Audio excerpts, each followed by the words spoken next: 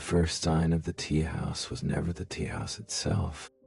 It was the quiet, a particular kind of quiet, that settled like a blanket of fresh snow over the crossroads.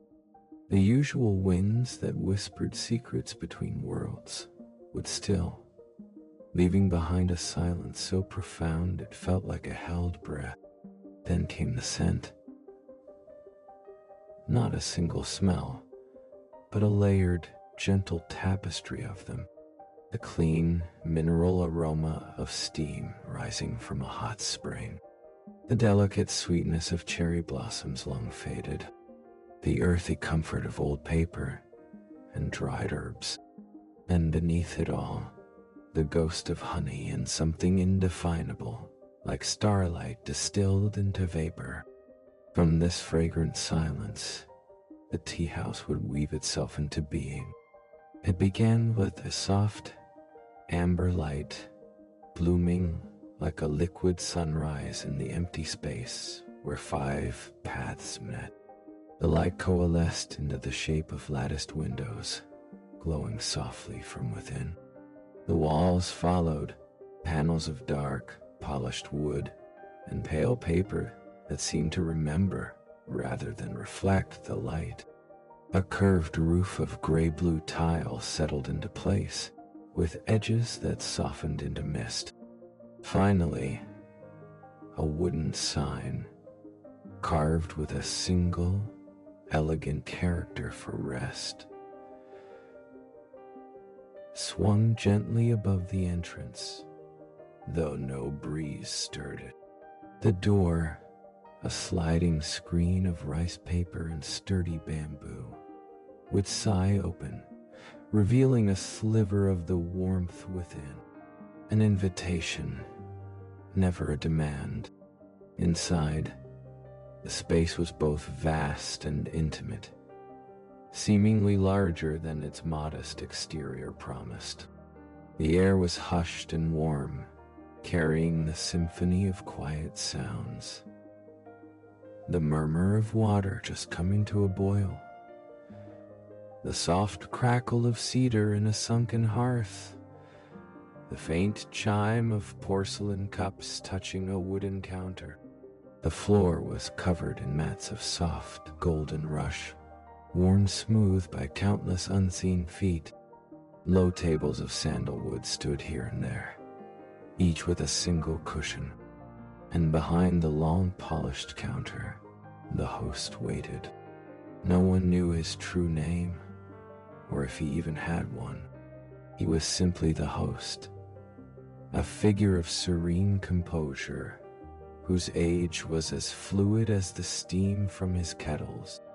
Some nights he appeared as an elderly man with kind eyes that held the patience of mountains. On others, he seemed younger, his movements precise and gentle, like a dancer's. He wore simple robes of undyed linen, always immaculate, and his hands, when they emerged from wide sleeves, were long-fingered and capable, moving with an economy that spoke of deep practice. His only preparation for the evening was the ritual of the first pour. From a covered jar, he would take a measure of leaves, midnight jade, a tea that existed nowhere else. He placed them in a celadon pot, its glaze the color of a deep forest pool.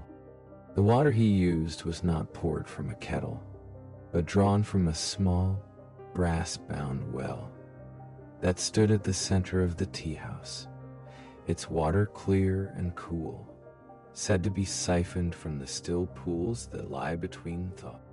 He would wait, listening to a silence only he could hear, until the perfect moment to pour.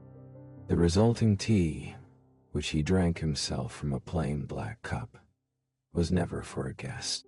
It was his anchor, his way of tasting the texture of the coming night, of sensing which travelers wandered the between paths, and what kind of rest they carried in their weary souls. Tonight, as he set the black cup down, its emptiness holding the ghost of the scent of rain-washed leaves and distant moss. He felt it. The night would be a full one. The fabric of the realms felt thin, stretched by longing and fatigue. He gave a slow, single nod, then turned to the wall of shelves behind him. They were not filled with labeled canisters, but with an array of vessels, clay jars sealed with wax, glass bottles holding liquid light, carved boxes of aromatic wood, silk pouches that seemed to hum with a soft vibration. Each contained not just a tea, but an essence, a memory waiting to be unlocked. He was adjusting the position of a small moon-white porcelain jar when the first signal of a guest chimed. Not a sound at the door, but a change in the atmosphere. The air near one of the hearths grew crisp and thin, carrying the faint, clean scent of ozone and high, untrodden snow. A moment later, a soft, resonant chime echoed like a far-off bell struck by a falling icicle. The host inclined his head towards the source of the change. "The paths are steep and the winds are cold," he said, his voice a low, warm murmur that filled the space without effort. "Please, come in and let the stillness hold you." From a patch of air that shimmered like a heat haze in reverse, she stepped into the tea house. Tall and slender, her form was both solid and ethereal, as if carved from ancient glacier ice and backlit by a perpetual winter dawn. Her gown was the shifting blue-white of a crevasse, and her hair fell like a cascade of fresh snowfall. She was a mountain spirit, her face a landscape of serene, timeless beauty. But her eyes, the color of a frozen lake under a gray sky, held a deep, grinding weariness. A fine dusting of rock flour, the ground bones of her own slopes, coated her shoulders. She moved silently to a table near the hearth, her presence lowering the temperature just enough to make the fire's warmth a welcome contrast rather than a stifling heat. She did not speak, but her posture, the slight droop of her crystalline shoulders, was a language the host understood perfectly. He did not approach her immediately. Instead, he turned to his well, drawing a copper bowl of water. From a shelf, he selected a rough, unglazed clay cup, its surface like wind-scoured stone. Then, he considered his jars. His hand passed over several, before settling on a squat, round vessel made of a single piece of obsidian. He unsealed it, and the air was touched with a scent so clean it was almost sharp. Crushed pine needles, cold spring water bubbling over black stone, and the faint, sweet trace of alpine flowers that bloom for a single day in a century. He placed 3 pinches of the jagged, dark leaves into the clay cup. Instead of pouring boiling water from a kettle, he took the bowl of well water and held it in his palms for a long moment, his eyes closed. When he opened them, he breathed softly over the surface of the water. It did not steam, but a shimmer passed through it, a subtle activation.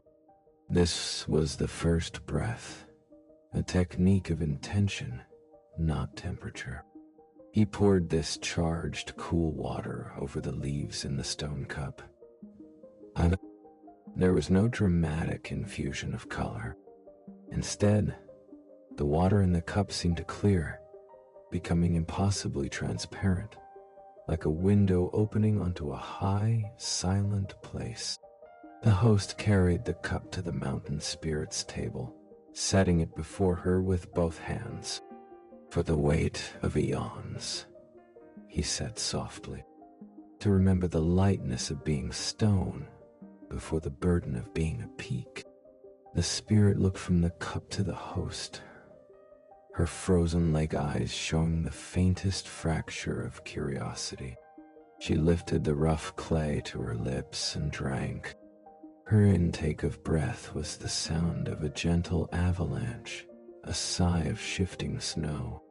Her rigid form softened, not with melting, but with a profound release of tension. The dusting of rock flour on her shoulders shimmered and vanished. In her eyes, the reflection of the fire was no longer a distant cold star, but a warm, embracing glow. She was not tasting tea. She was remembering. She was experiencing the memory of her own core.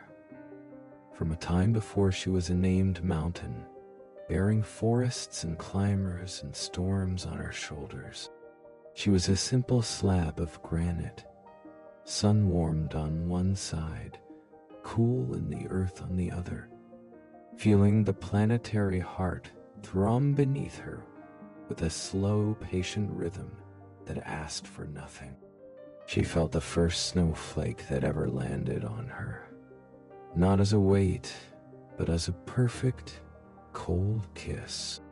She remembered the pure, silent joy of a rivulet of meltwater tracing its first path down her flank, a tickle of effortless creation. It was the memory of being without purpose or responsibility, a deep, geological peace, a single, crystalline tear, clear as a diamond, formed at the corner of her eye. It did not fall, but solidified into a tiny, perfect prism that caught the firelight and scattered it into a fleeting rainbow on the table. She placed the empty cup down with a soft click. "The silence within the stone," she said, her voice the crackle of settling ice, beautiful and remote.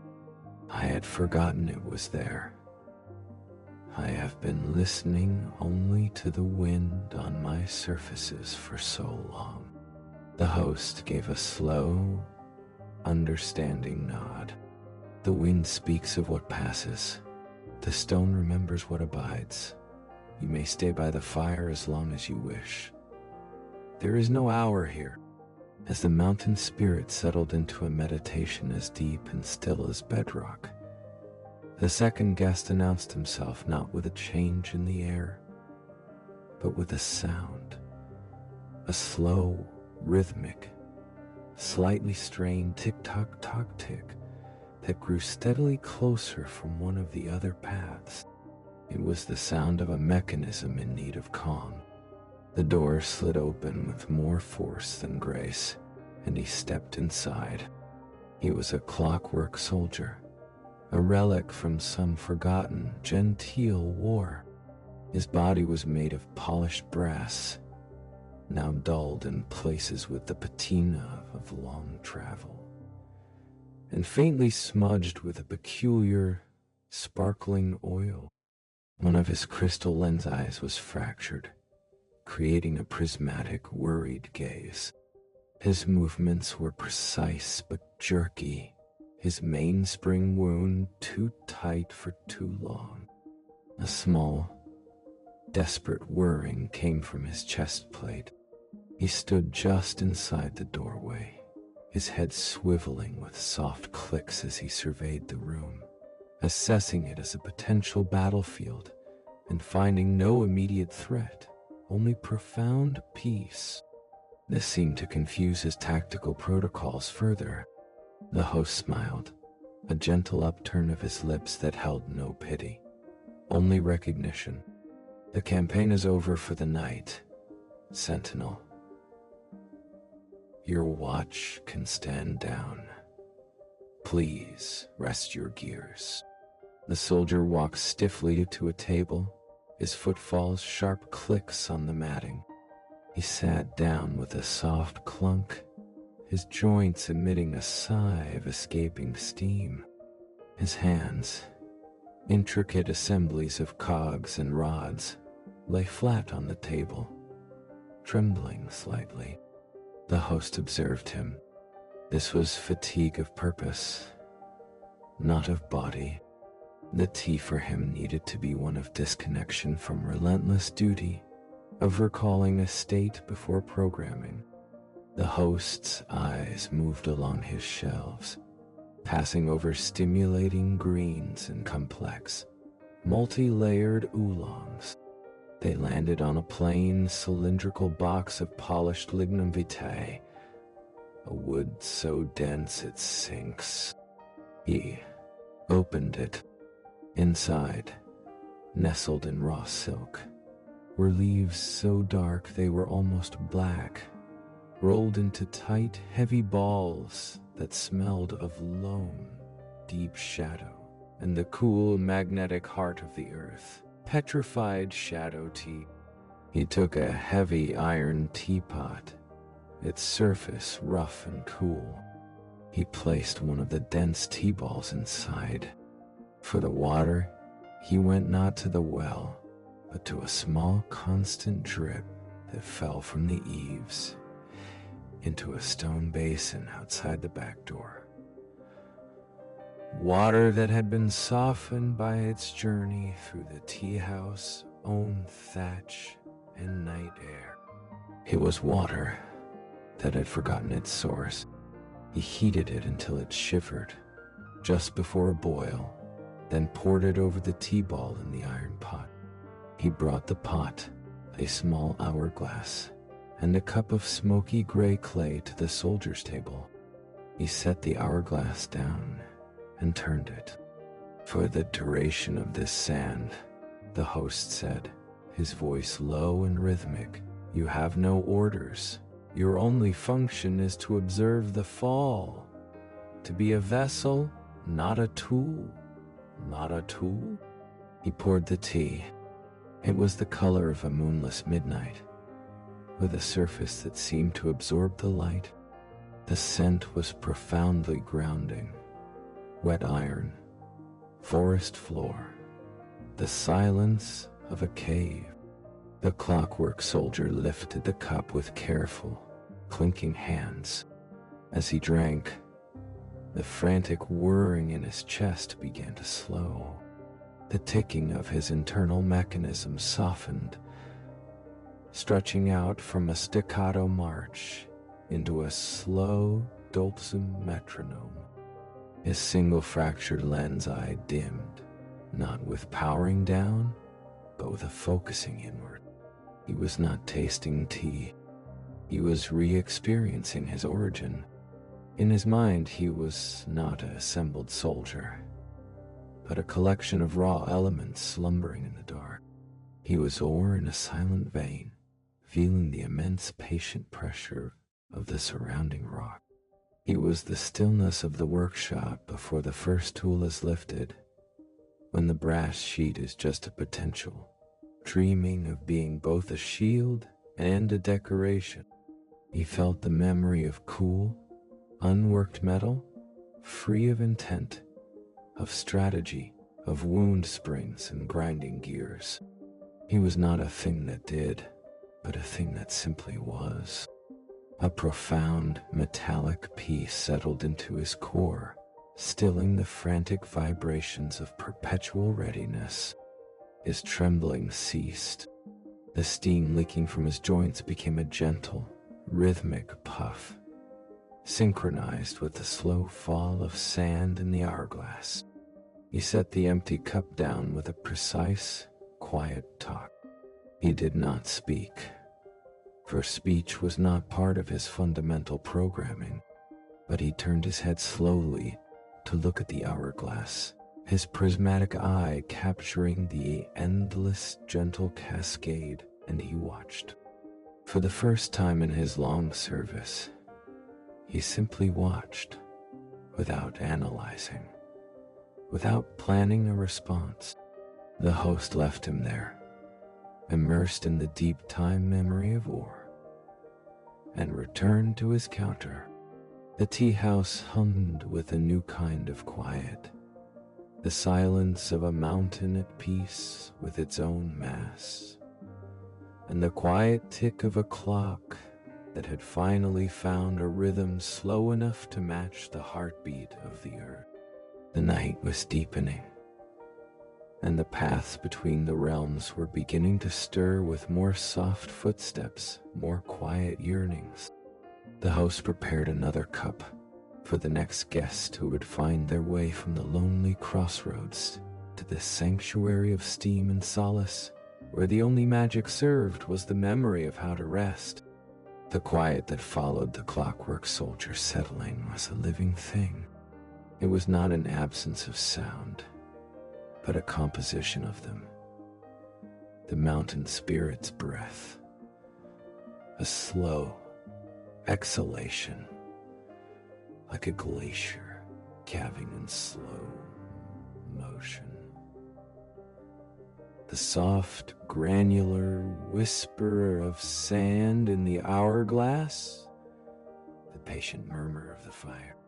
The host stood at his counter, his hands resting on the smooth wood, listening to the symphony of repose. He watched the space above his well, where the air sometimes thickened with a new presence before a guest arrived. Tonight, it shimmered with a slow, velvety darkening, like ink dispersing in clear water, and from it drifted the scent of old parchment, candle wax, and the cold, clean vacuum between stars. This guest did not walk in, but rather, the darkness at the corner of the room deepened, pooled, and then rose up, resolving into a familiar form. It was Arcturus, the shepherd star, who tonight wore the guise of a weary librarian. His robes were the deep blue of a moonless midnight, embroidered with faint silver constellations that seemed to shift if stared at too long. His face was long and kindly, etched with lines that mapped the orbits of ancient comets, and his eyes held the patient, slightly sad twinkle of light that has traveled for millennia. He carried with him a faint, pleasant chill, like that of a high mountain observatory. "Host," he said, his voice a soft rustle, like pages turning in a cosmic folio. "The loom of the night is tangled. My threads of light feel heavy in my hands.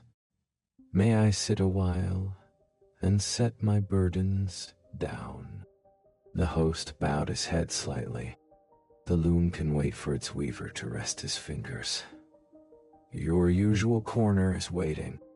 The star entity moved to a low table set in a small alcove where the wall seemed to dissolve into a transparent view of the swirling, silent nebula that was his home tonight. A vista not of the Teahouse surroundings, but of the realm he shepherded. He sank onto the cushion with a sigh that sounded like a meteor shower, seen from very far away. The host knew this weariness. It was the fatigue of constant, beautiful responsibility. Arcturus didn't need to forget his duty. He needed to remember the joy that preceded it. The host's fingers trailed over a row of delicate crystal vials before selecting one that held not leaves, but a swirling liquid silver dust. Stardust nectar. It was not technically a tea, but a whisper of the primordial nebula from which all stars are born. He took a cup so thin and pale it was almost translucent, moonstone porcelain. Into it, he poured a measure of pure well water. Then, with a touch as light as a photon's kiss, he tapped a single, spiraling mote of the silver dust onto the water's surface. It did not dissolve.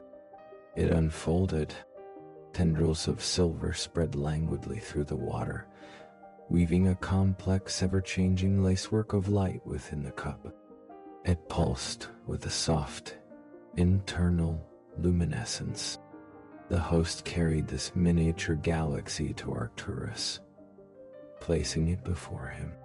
"To drink from the nursery clouds," the host murmured. Before the first fusion spark, there was only the beautiful, chaotic potential to shine. Arcturus's starry eyes reflected the swirling cup. He lifted it in both hands, his long fingers cradling the galaxy within porcelain, and drank. His form, which had been slightly dim, gently ignited, not with the fierce blaze of a star on duty, but with the soft, suffused glow of a nebula illuminated from within. The lines of tension in his comet-etched face smoothed. He was remembering. He was floating in the vast, warm dust cloud before gravity's insistence pulled him into a singular destiny. He was not a shepherd, a guide, a fixed point in any sky. He was a joyous, tumbling collection of hydrogen and wonder, dancing with a billion other motes in a lightless, pressureless waltz of pure possibility. The memory was one of weightless, purposeless, glorious existence, the profound peace of being unformed. A single tear, liquid silver, traced a path down his cheek and vanished into the fabric of his robe, leaving a new, tiny constellation in its wake. "So much noise in the shining," he whispered, his voice now a clear, bell-like chime. I had forgotten the beautiful silence of the dust. He sat back, the cup empty in his hands, and gazed into the nebula in the alcove, not as a taskmaster, but as a fond parent watching a child sleep. The weight was gone. As the host turned, the sound from the doorway was not one of mechanism or celestial arrival, but of soft, wet footsteps and a gentle, bubbling sigh. A creature stood there, dripping onto the rush matting. It was the naiad of the forgotten marsh, a being of waterweed and luminous eyes.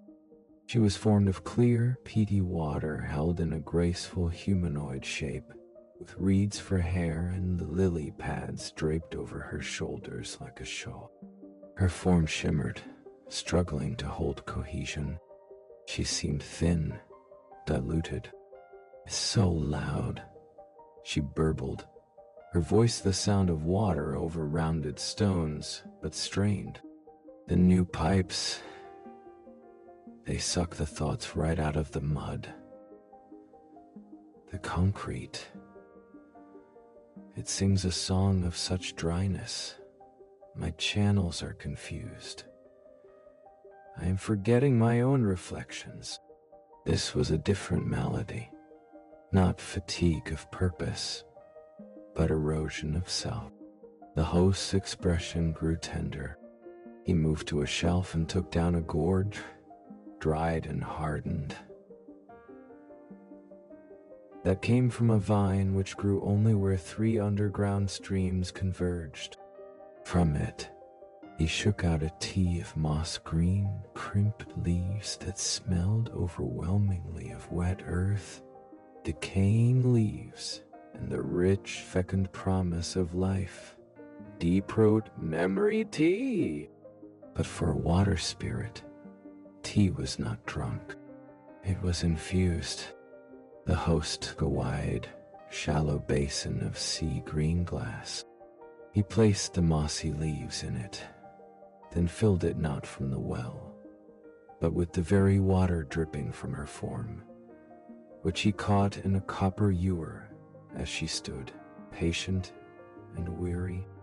This water, her own essence, he poured back over the leaves in the basin. Then, he placed the basin on the floor before the hearth. "Sit with your source," he said gently. The naiad flowed down onto the matting beside the basin, her liquid form pooling around it. She leaned over, and her face, a smoother current in her watery head, dipped towards the surface. She did not drink.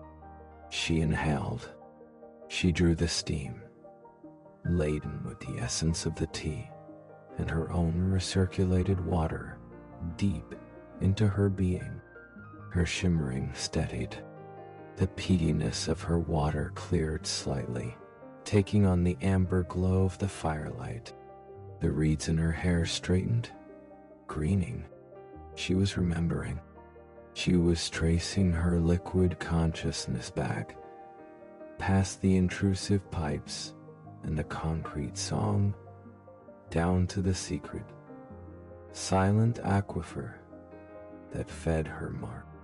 She felt the slow, patient percolation through sandstone, the cool embrace of the deep clay, the ancient treaties made between root and rock that created spring.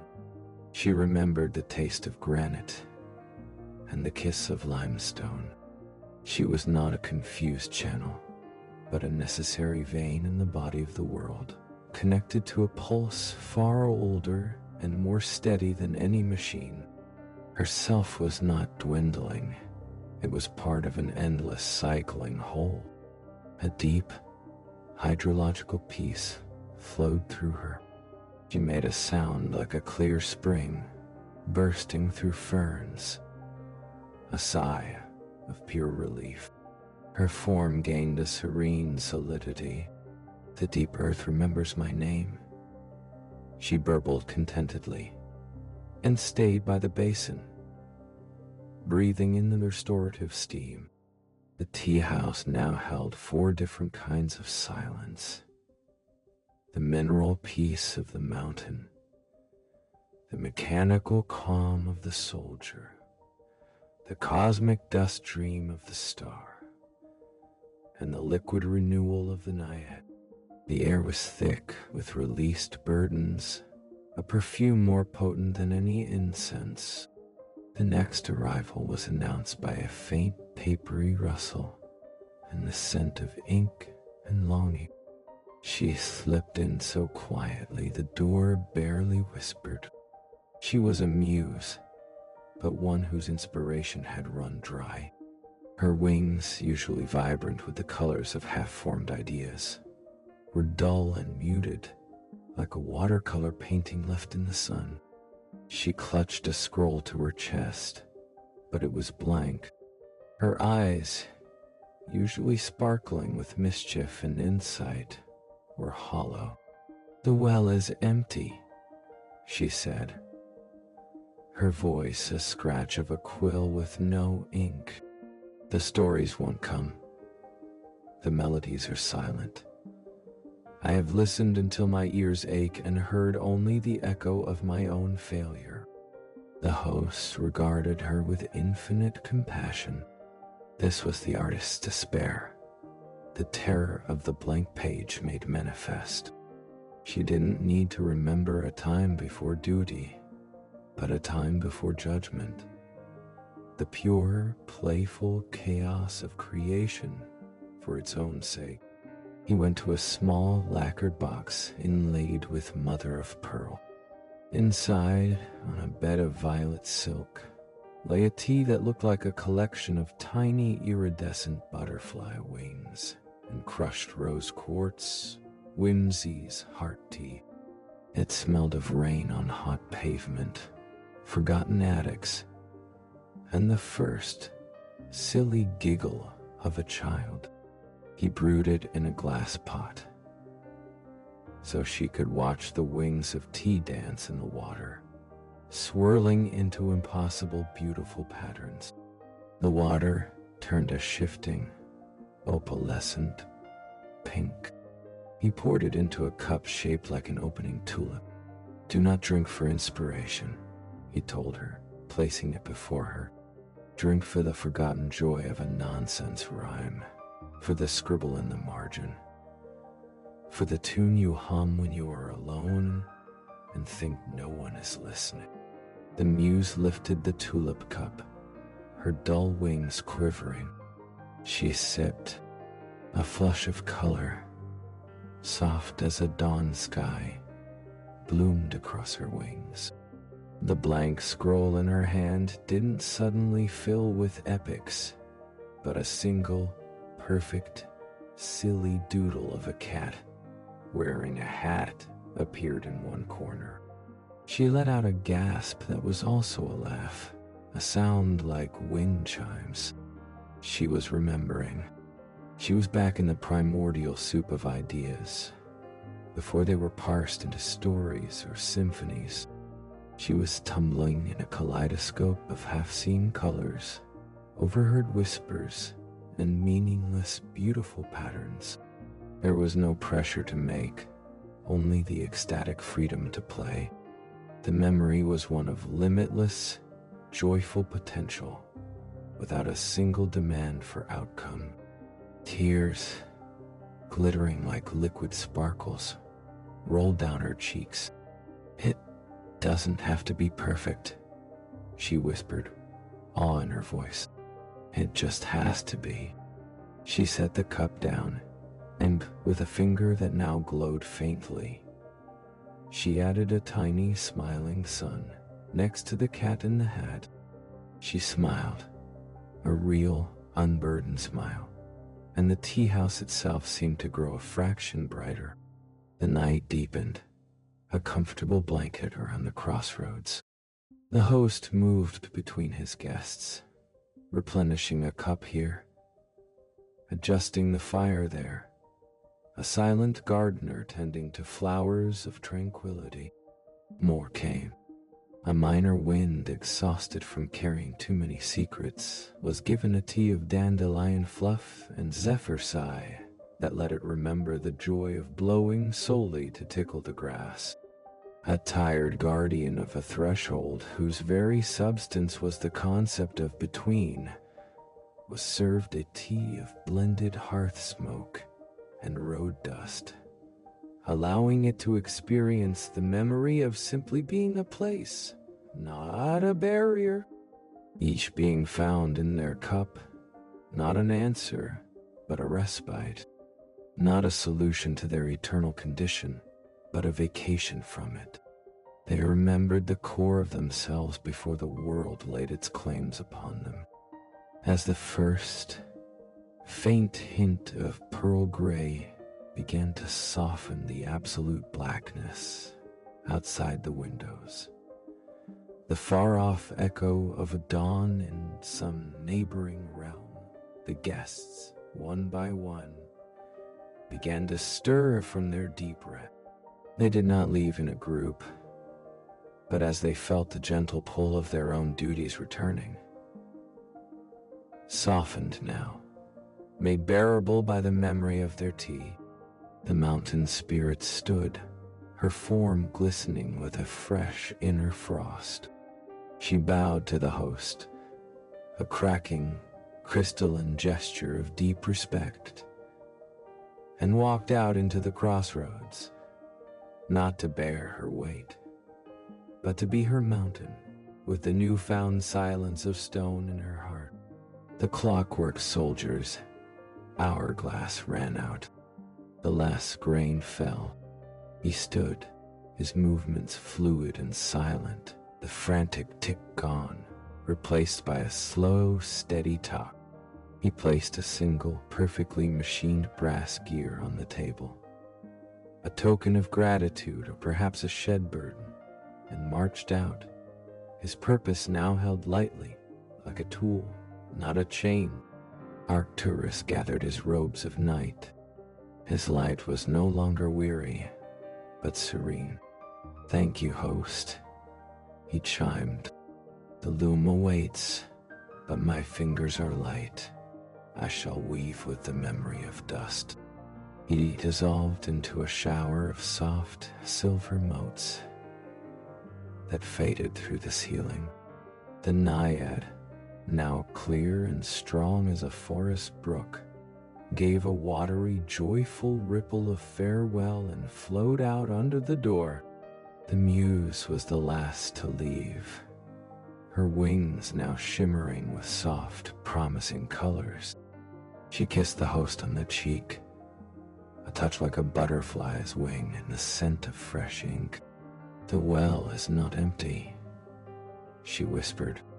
"It was only waiting for me to stop staring into it and start playing beside it." She skipped out, the blank scroll now adorned with a joyous, chaotic sketch that promised 100 stories. Soon, only the host remained. The fire burned low. The cups, empty of everything but memory, sat scattered on tables. The quiet was full, saturated with the echoes of released sighs and rediscovered joys. The host moved through the room, collecting the vessels.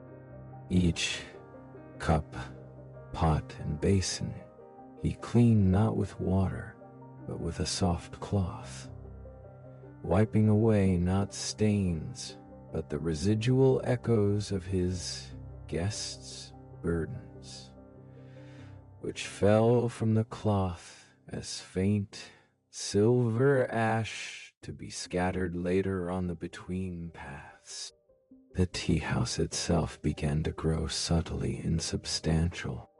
The light within dimmed. The walls became less defined, more like paper and shadow. He stood at his counter, performing the last pour, the same midnight jade, into the same celadon pot. He drank, closing his eyes, tasting the night's work. He tasted the clean silence of stone, the cool patience of ore, the joyous dust of nebulae, the rich flow of aquifers, the playful chaos of whimsy. It was a complex, satisfying flavor, a night well spent. As he set the black cup down, the first true rays of a sun from some bright, busy realm pierced the crossroads outside. They did not enter the tea house, but they touched the ground where it stood. In that light, the tea house at the edge of the realms began to gently unravel. The amber light in the windows faded. The walls became translucent, then transparent, then were simply gone. The roof misted away. The sign with the character for rest swayed once, twice, and vanished. Soon, there was only the crossroads, 5 empty paths meeting under a foreign sun. The air held the faintest, fading memory of steam and pine and stardust. Then a wind picked up, a regular, worldly wind, and scattered even that.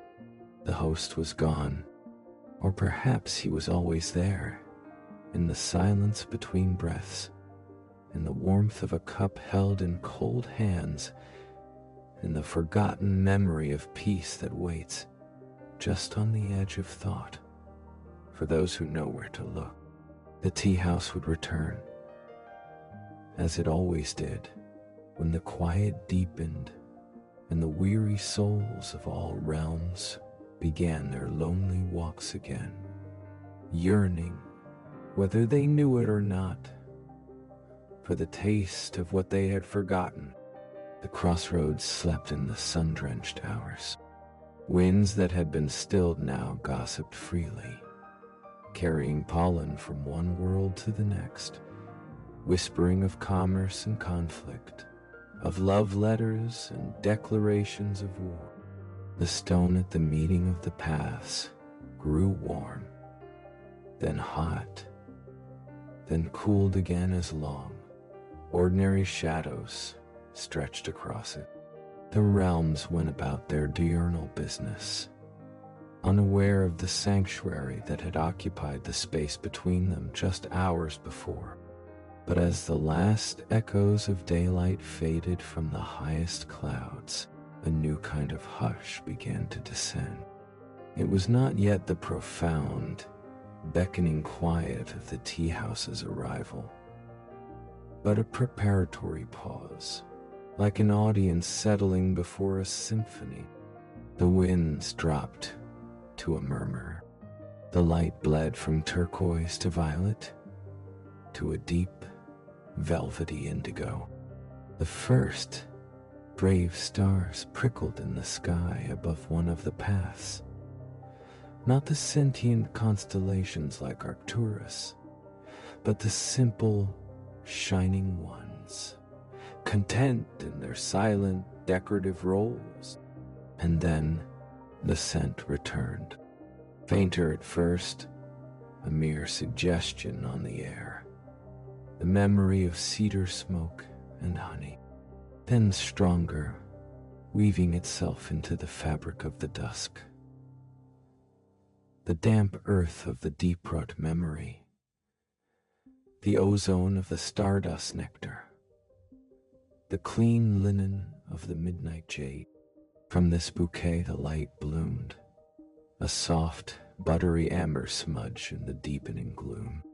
It defined first the windows, then the graceful lines of the roof, and finally the solid, welcoming shape of the tea house itself, completing its patient materialization with the gentle thud of its main supporting beam, finding its place in the packed earth of the crossroad. Inside, the host was already moving. He had no need to arrive. He was an aspect of the tea house itself. One moment the space was empty. The next he stood behind the counter, his hands performing the ritual of the first pour. The celadon pot, the well water, the leaves that held the essence of between times. He drank, closed his eyes, and listened. Tonight's silence had a different texture. It was softer, rounder, laden with a different kind of yearning. He sensed not the fatigue of eternal duty, but the ache of loneliness, not the weight of purpose, but the hollow of absence. He gave a slow nod and turned to his shelves, his fingers brushing a jar of cloudy gray porcelain that felt cool and slightly damp to the touch. The first chime of a guest was not a sound, but a feeling of dissipation. The air near one wall seemed to thin and scatter, as if something was coming undone. Then, with a soft, sighing pop, like a soap bubble bursting in reverse, he was there. He was a ghost, but not the frightening kind. He was more of a memory that had forgotten its shape. His form was sketched in the faintest silver lines on the air, like a delicate drawing made with a damp finger on foggy glass. He was translucent, and through him, the grain of the wooden wall could be seen, slightly warped. He held himself with an apologetic slope, as if taking up space, even this ethereal amount, was an imposition. He did not speak, but his presence communicated a profound, quiet sorrow, the loneliness of being the last echo of a story no one remembers to tell. The host's expression was one of deep gentleness. "You are not faded," he said, his voice a low anchor in the room. "You are merely resting between tellings. Please, sit. Let us find the shape of you again."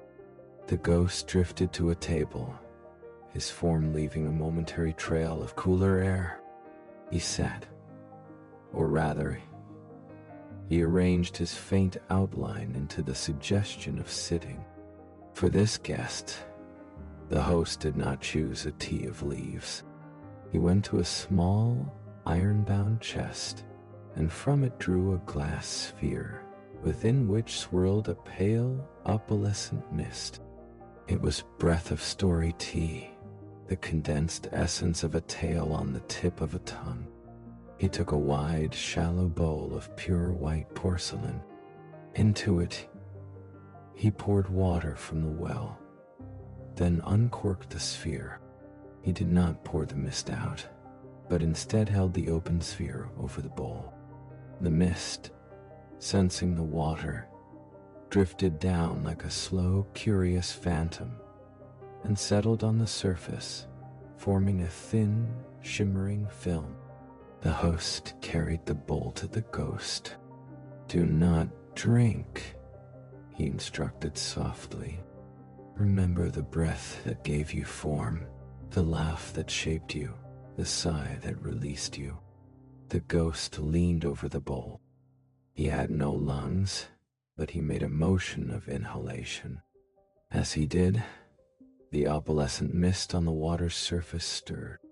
Shapes began to form in the film, flickering, fleeting images.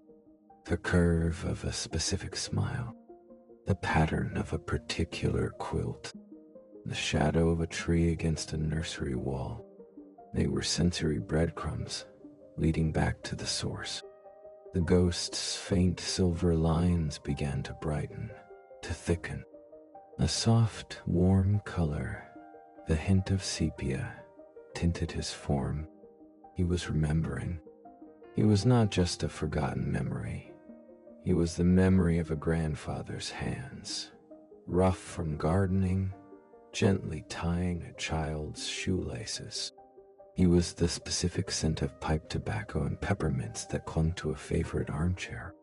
He was the feeling of safety, of being small and utterly protected. He was not a disembodied spirit, but love, given a temporary, lingering shape. The loneliness melted, not because he was suddenly remembered by the living, but because he remembered himself as an act of love. His essence was not absence, but a specific, enduring affection. A sound escaped him, not a wail, but a hum, the tune of an old, half-remembered lullaby. His form solidified into the kindly, slightly stooped image of an old man in comfortable clothes, smiling a smile of peaceful recognition. He looked at his hands, now visibly gnarled and real, and then at the host. He nodded, a gesture of profound thanks, and then slowly, peacefully, he began to fade again. But this time, it was not a dissipation into nothing. It was a gentle release, like a story being lovingly closed and placed back on the shelf. Complete and content, he vanished, leaving behind only a faint, sweet scent of peppermint and a sense of deep, settled peace. The host collected the bowl. The water was now clear. The memory had been reintegrated, not lost. He had just returned to his counter when the next guest arrived with a burst of frantic, silent energy. A small fox made of living water and river light darted under the door. It was a kitsune spirit of the shallow streams. But one of its usual 9 tails was missing, and its liquid form churned with anxiety, paced in tight, shimmering circles on the matting, leaving damp paw prints that evaporated instantly. Lost, it chattered, its voice the high, clear babble of a brook over stones. The story is incomplete. The balance is wrong. I cannot weave the moonlight without the 9th ripple. This was a creature of playful magic, undone by its own perceived imperfection. The host reached not for a jar, but for a hollow reed sealed with beeswax. He snapped it open, and inside was a single, perfect dewdrop held in a cushion of air. It was dew from the first morning tea, the essence of pure, unburdened beginning. He filled a tiny blue glazed cup shaped like a buttercup with water. With infinite care, He let the single dewdrop fall into the center. Plink. The sound was microscopic, yet it seemed to still the very air. A perfect ring of concentric ripples spread from the center of the cup to its edges, and as they did, the water momentarily held the image of a complete, serene fox with 9 flowing tails, each a cascade of liquid light. "Your tail is not lost," the host said, placing the cup before the pacing spirit. "It is waiting in the next ripple you choose to make. Drink, and remember the first time you shaped water for the joy of it, not for the count." The water kitsune stopped its frantic pacing. It lapped at the water with a tiny, crystalline tongue.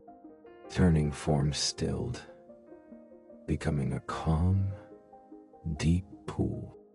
Then, from its hindquarters, a new tail of water and light unfurled, not replacing the lost one, but emerging as a fresh 9th expression of its being. It wasn't the original. It was new, born of this moment of peace. The kitsune yipped with joy, a sound like skipping stones, and its form solidified into a creature of breathtaking beauty, 9 tails fanning like fountains in the firelight. It had remembered that its magic was not a static tally, but a continuous, playful creation. It bowed its sleek head to the host, turned 3 happy circles, and darted back under the door, whole once more. The host smiled. The night was weaving its tapestry of solace. The following guest brought a change in pressure. The air grew dense and warm, smelling of molten rock and ancient patience. A slow, grinding, tectonic sound grew from the floor, and a section of the rush matting bulged upwards. From it rose a figure made of smoothed basalt and slow-crawling moss, a lava spirit, cooled and lonely. His eyes were pockets of soft orange glow. "I'm cold," he rumbled, his voice the deep grumble of a dormant volcano. "The fire inside sleeps too deeply. The world thinks me stone, and stone I am becoming. I miss the flow." The host understood. This was the sorrow of transformation, of a vibrant state passed into quietude. He selected a tea of brilliant crimson flakes that smelled of chilly heat and summer lightning. Embers recall tea. He brewed it in a heavy black iron cup, pouring the water in a slow, deliberate stream. The tea bubbled and steamed aggressively. He placed the searing hot cup before the stone bee. "You do not drink to rekindle the inferno," the host said. "You drink to remember that the flow is still there, turning the continents in their sleep. That warmth is not always seen to be felt." The lava spirit wrapped his stony hands around the iron cup. The metal did not burn him. It glowed faintly where he touched it. He brought it to where his mouth might have been and absorbed the steam, the heat, the essence. The soft orange glow in his eye pockets brightened to a cheerful gold. The moss on his back sprouted tiny, glowing lichen. He was remembering. He was not a cold stone, but the immense, patient engine of the world. The deep, radiant heart that turned the mantle and nudged the mountain skyward. His warmth was not gone. It was redistributed, holding the planet together. The memory was one of immense foundational power, a slow, satisfying burn that asked for no eruption to prove its worth. A deep, geothermal peace settled within him. He set the cup down, now cool. The fire is not out, he rumbled, content. It is embracing. He sank back through the floor, the matting settling flat behind him, leaving only a pleasant residual warmth and the scent of wet stone. And so the night flowed on, a will-o'-the-wisp, frightened of its own light, was given a tea of moonbeam and mothwing that let her remember the joy of being a gentle guide, not a misleading trickster. A retired guardian of a treasury, who missed the purpose of guarding, sipped a tea of tarnished silver and forgotten hymns, recalling the quiet pride of being the silence around the treasure, not the fear of its loss, each being found in their brew, not a reversal of their state, but a reconciliation with it, a healing of the story they told themselves about their own existence. As the deepest hour of the night approached, the door slid open one last time. No grand entrance, no shift in the air. She simply walked in as if she had been on a long walk and had finally found a lantern in the dark. She was human, or near enough. A woman with a traveler's cloak and eyes that held the weariness of one who has walked through too many stories without finding her own. She carried a blank book and a dry pen. She looked around at the empty tea house, the host the only other soul, and her shoulders slumped slightly, as if she had expected something else, though she knew not what. "I'm sorry," she said, her voice husky with disuse. "I seem to be lost. All the paths look the same in the dark." The host looked at her. He saw not a creature of magic or elemental force, but perhaps the most complex being to walk his floor. A mortal with the capacity for infinite joy and infinite sorrow, carrying the unique burden of knowing her own story must end. Her fatigue was not of function, but of meaning. "You are not lost," the host said, his voice warmer than the hearth. "You are exactly where you need to be. The path that led you here is yours alone. Please rest." She sank onto a cushion by the fire, letting her pack drop. "I have been searching for a story worth writing," she confessed, staring at the blank book. "But every story seems already told. Every ending already known. I feel like an echo in my own life." The host nodded. This was a profound thirst, not for a memory of a prior state, but for a sense of originality, of significance in the present moment. He went to the very back of his highest shelf and retrieved a bottle made of clear, colorless crystal. It held what looked like plain water. It was the tea of the unwritten page. He took her blank book and her dry pen. He opened the book to the first page. From the bottle, he poured a single drop onto the parchment. Then he dipped the dry pen into the well at the center of the room.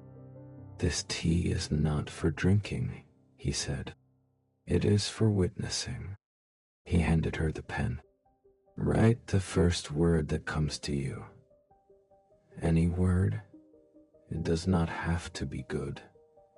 It only has to be true." Skeptical, exhausted, she took the pen.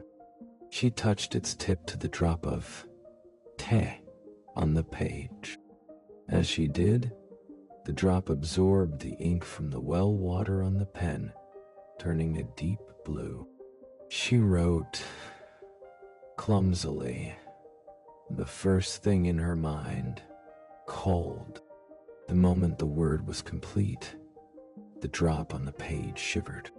It did not dry. Instead, it expanded, like a lens focusing. Within its tiny, liquid sphere, a seam bloomed. Not a grand saga, but the memory of a specific personal cold. The crisp chill of the morning she left her childhood home. The way her breath had fogged. The particular blue of the shadows on the froth. It was her memory, rendered in perfect, tiny detail. It was a story. But more than that, it was her story. A fragment she had not known she carried so vividly. She gasped. The weariness in her eyes was replaced by wonder. "Every story is told," the host murmured, watching the tiny scene play out in the droplet. "But this story, the story of your cold, of your warm, of your lost and found, has never been told by you. And that is the only originality that matters. You are not an echo. You are the first and only voice to sing this particular song." Tears, hot and sudden, filled her eyes. She was not remembering a time before burden. She was discovering that her burden, her life, with all its mundane, personal details, was the story. It was worth writing because it was hers. The loneliness of the seeker evaporated in the simple, profound validation of her own existence. She did not need to drink. The understanding was the tea. She sat for a long time, watching the droplet memory fade, then wrote another word. Stone. Another memory, another perfectly contained world bloomed on the page. The host left her to it, returning to his counter to perform the last pour as the first hint of gray touched the windows. The mortal woman was still writing, a soft, focused smile on her face, when the other guests from later in the night, a shy household god, a breeze that had forgotten its direction, took their leave. As the tea house began its gentle dissolution, the woman finally looked up, her book now holding a galaxy of her own tiny liquid memories on its first few pages. She looked at the fading walls, the dimming fire, the host who was becoming translucent.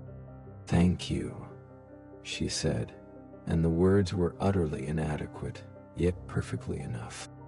"The story continues," the host replied, his voice already echoing from a distance.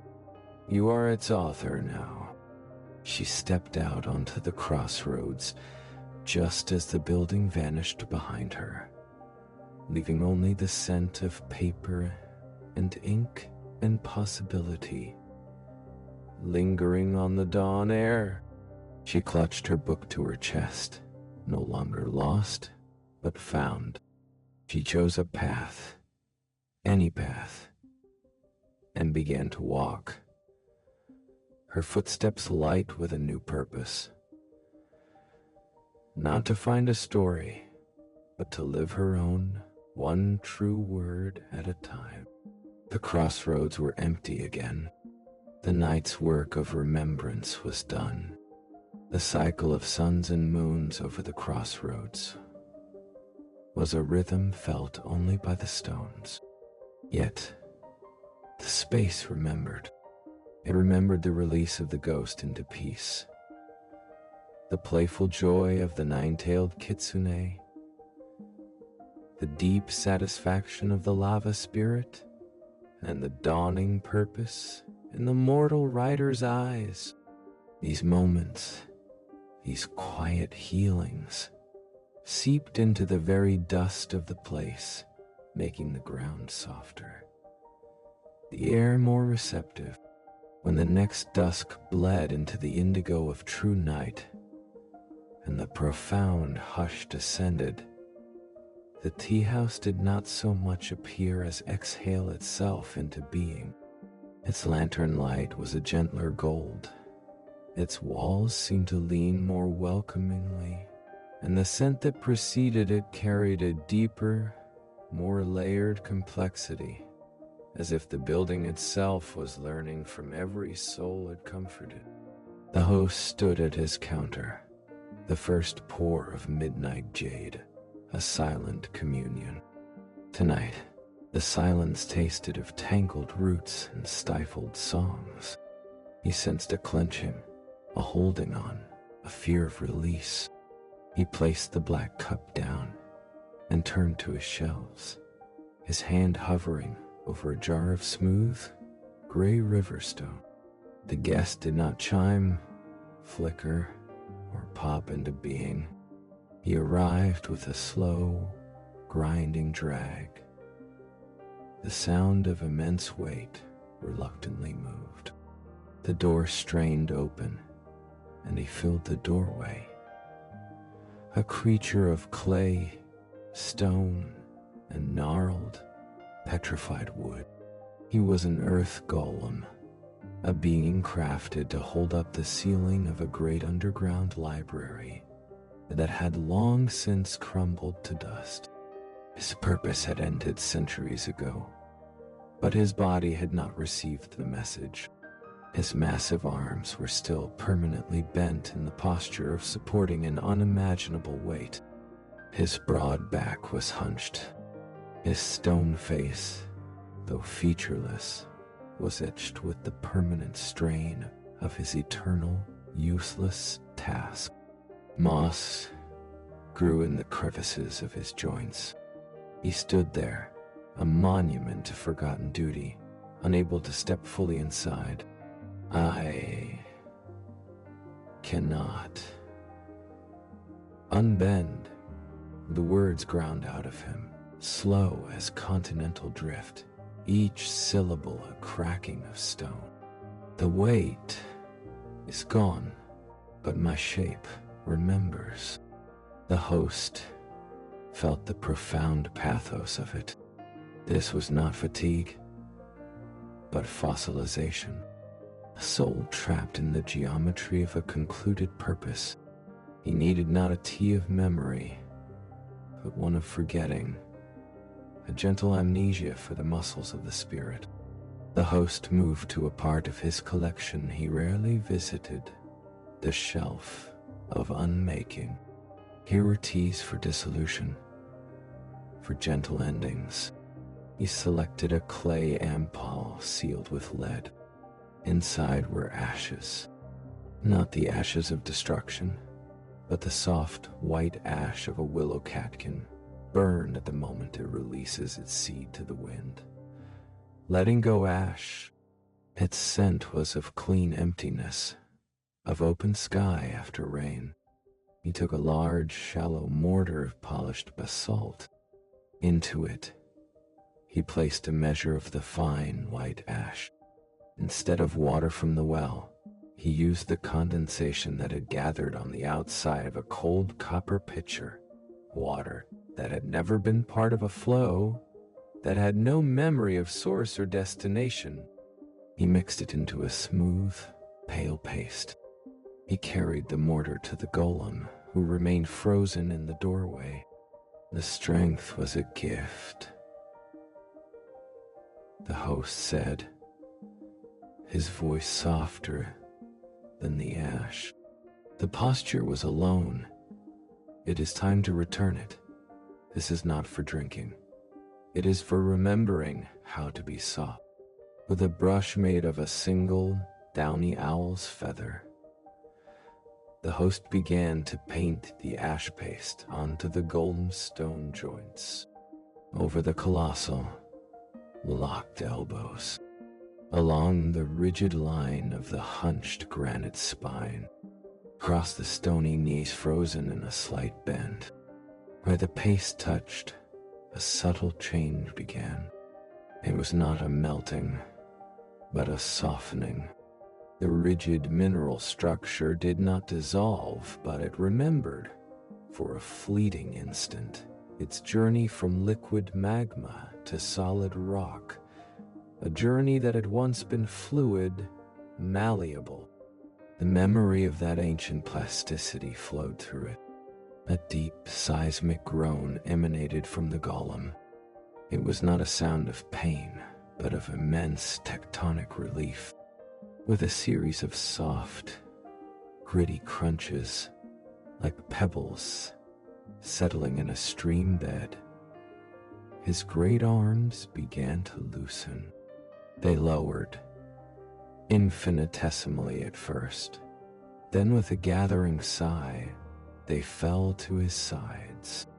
His spine, with a sound like a mountain shifting, straightened. He stood upright for the first time in a millennium, his head clearing the top of the doorway.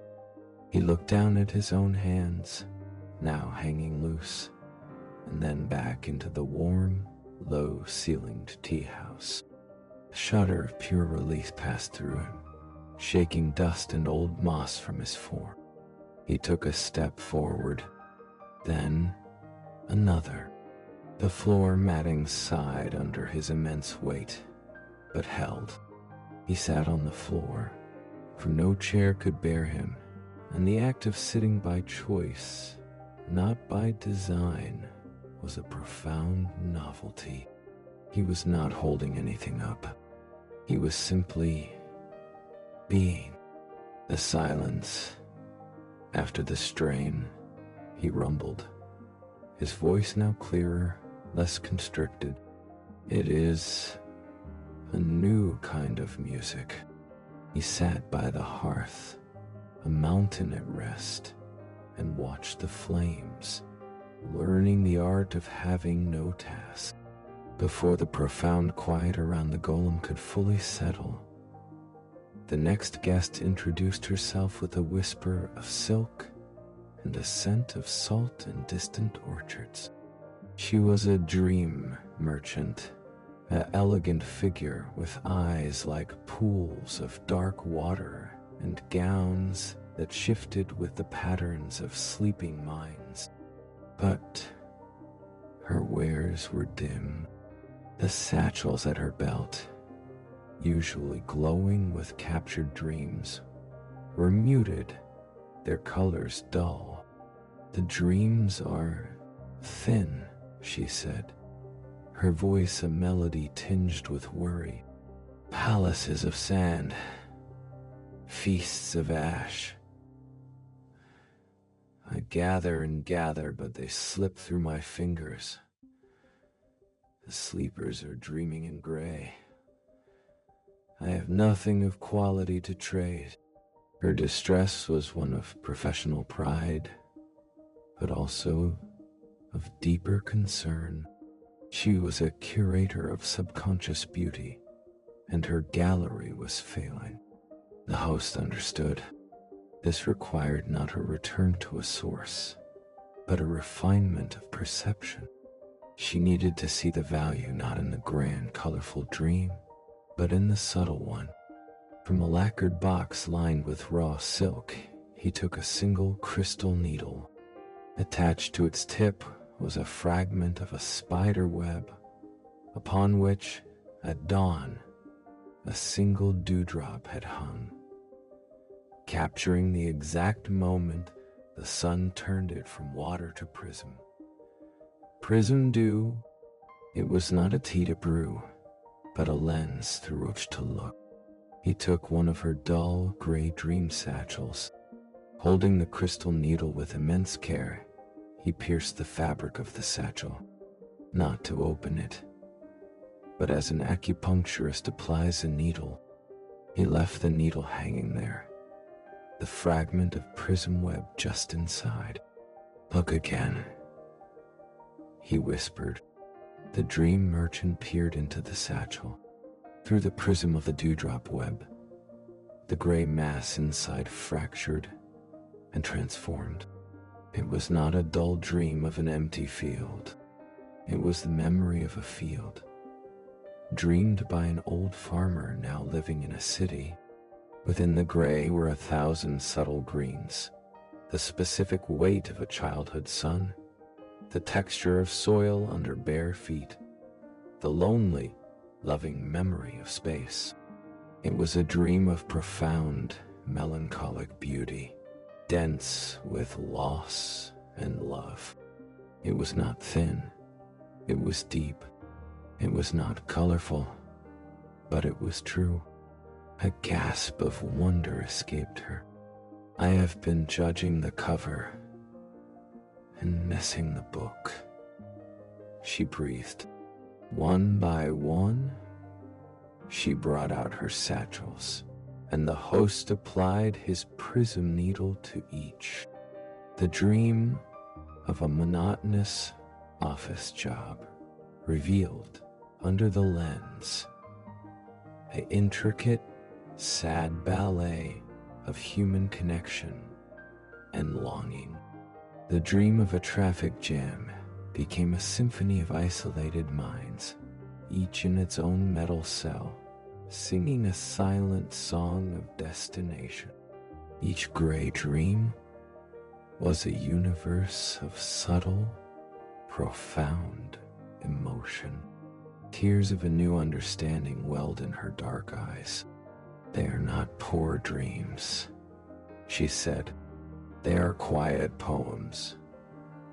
I have been seeking epics and overlooking the haikus.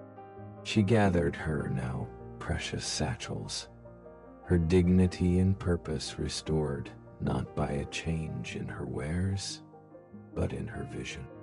She bowed deeply to the host and slipped back out into the night, her step eager, seeing the world of sleep anew. The night deepened, cradling the golem's silence and the merchant's renewed wonder. Then came a guest who brought no sound, no scent, no shift in light. The only announcement was a sudden, localized chill that had nothing to do with temperature. It was the cold of stop time.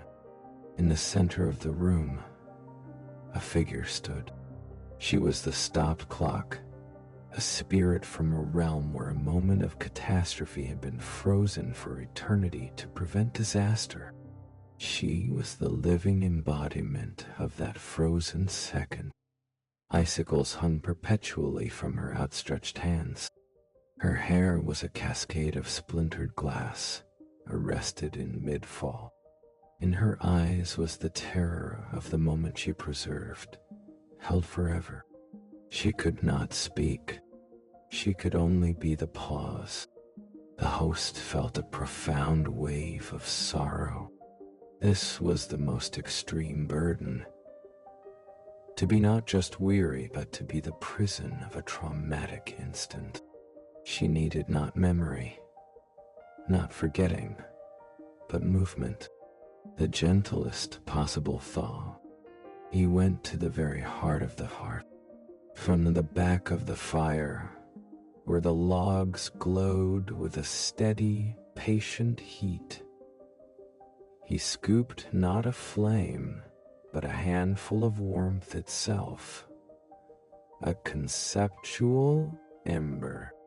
He placed it in a bowl of sun-baked terracotta. Then from a vial no larger than his thumb, he added a single drop of first meltwater. The water from the very first trickle of spring that finds its way through winter's ice. He did not offer it to her. He placed the terracotta bowl at her frozen feet. The warmth, carrying the essence of the first melt, rose in a gentle, visible shimmer, like haze on a summer road. The moment does not need to be lived, the host said, his voice the sound of a clock's pendulum beginning its first tentative swing. It only needs to be allowed to pass. The shimmering warmth enveloped her frozen feet. The icicles on her fingers dripped. One single perfect drop from each. The cascade of frozen glass in her hair softened, becoming merely hair again, falling gently to her shoulders. The terror in her eyes did not vanish, but it blinked. And in that blink, time, in her immediate vicinity, stuttered forward. Just 1 second. The catastrophe was not released. It was simply no longer now. It became then. A shuddering, gasping breath broke from her lips. The first breath in an eternity. She looked at her hands, now bare and human. She looked at the host, and the gratitude in her eyes was boundless. She could not stay. Her realm needed her to be a monument to a past tragedy, not a present one. But the difference was everything. She gave a trembling nod, and then, like a film shifting from a single frozen frame to a slow-moving sequence, she faded, her form now one of slow, graceful movement rather than absolute stasis. The golem watched her go, his stone head turning with a soft grind. She carried a different mountain, he observed, his new voice full of empathy. Indeed, the host said. The rest of the night was a parade of quieter, but no less poignant, releases. A minor deity of lost things, overwhelmed by the sheer volume of mislaid keys and forgotten names, was given a tea of pleasant obscurity that let it remember the joy of being sought, not the burden of being lost.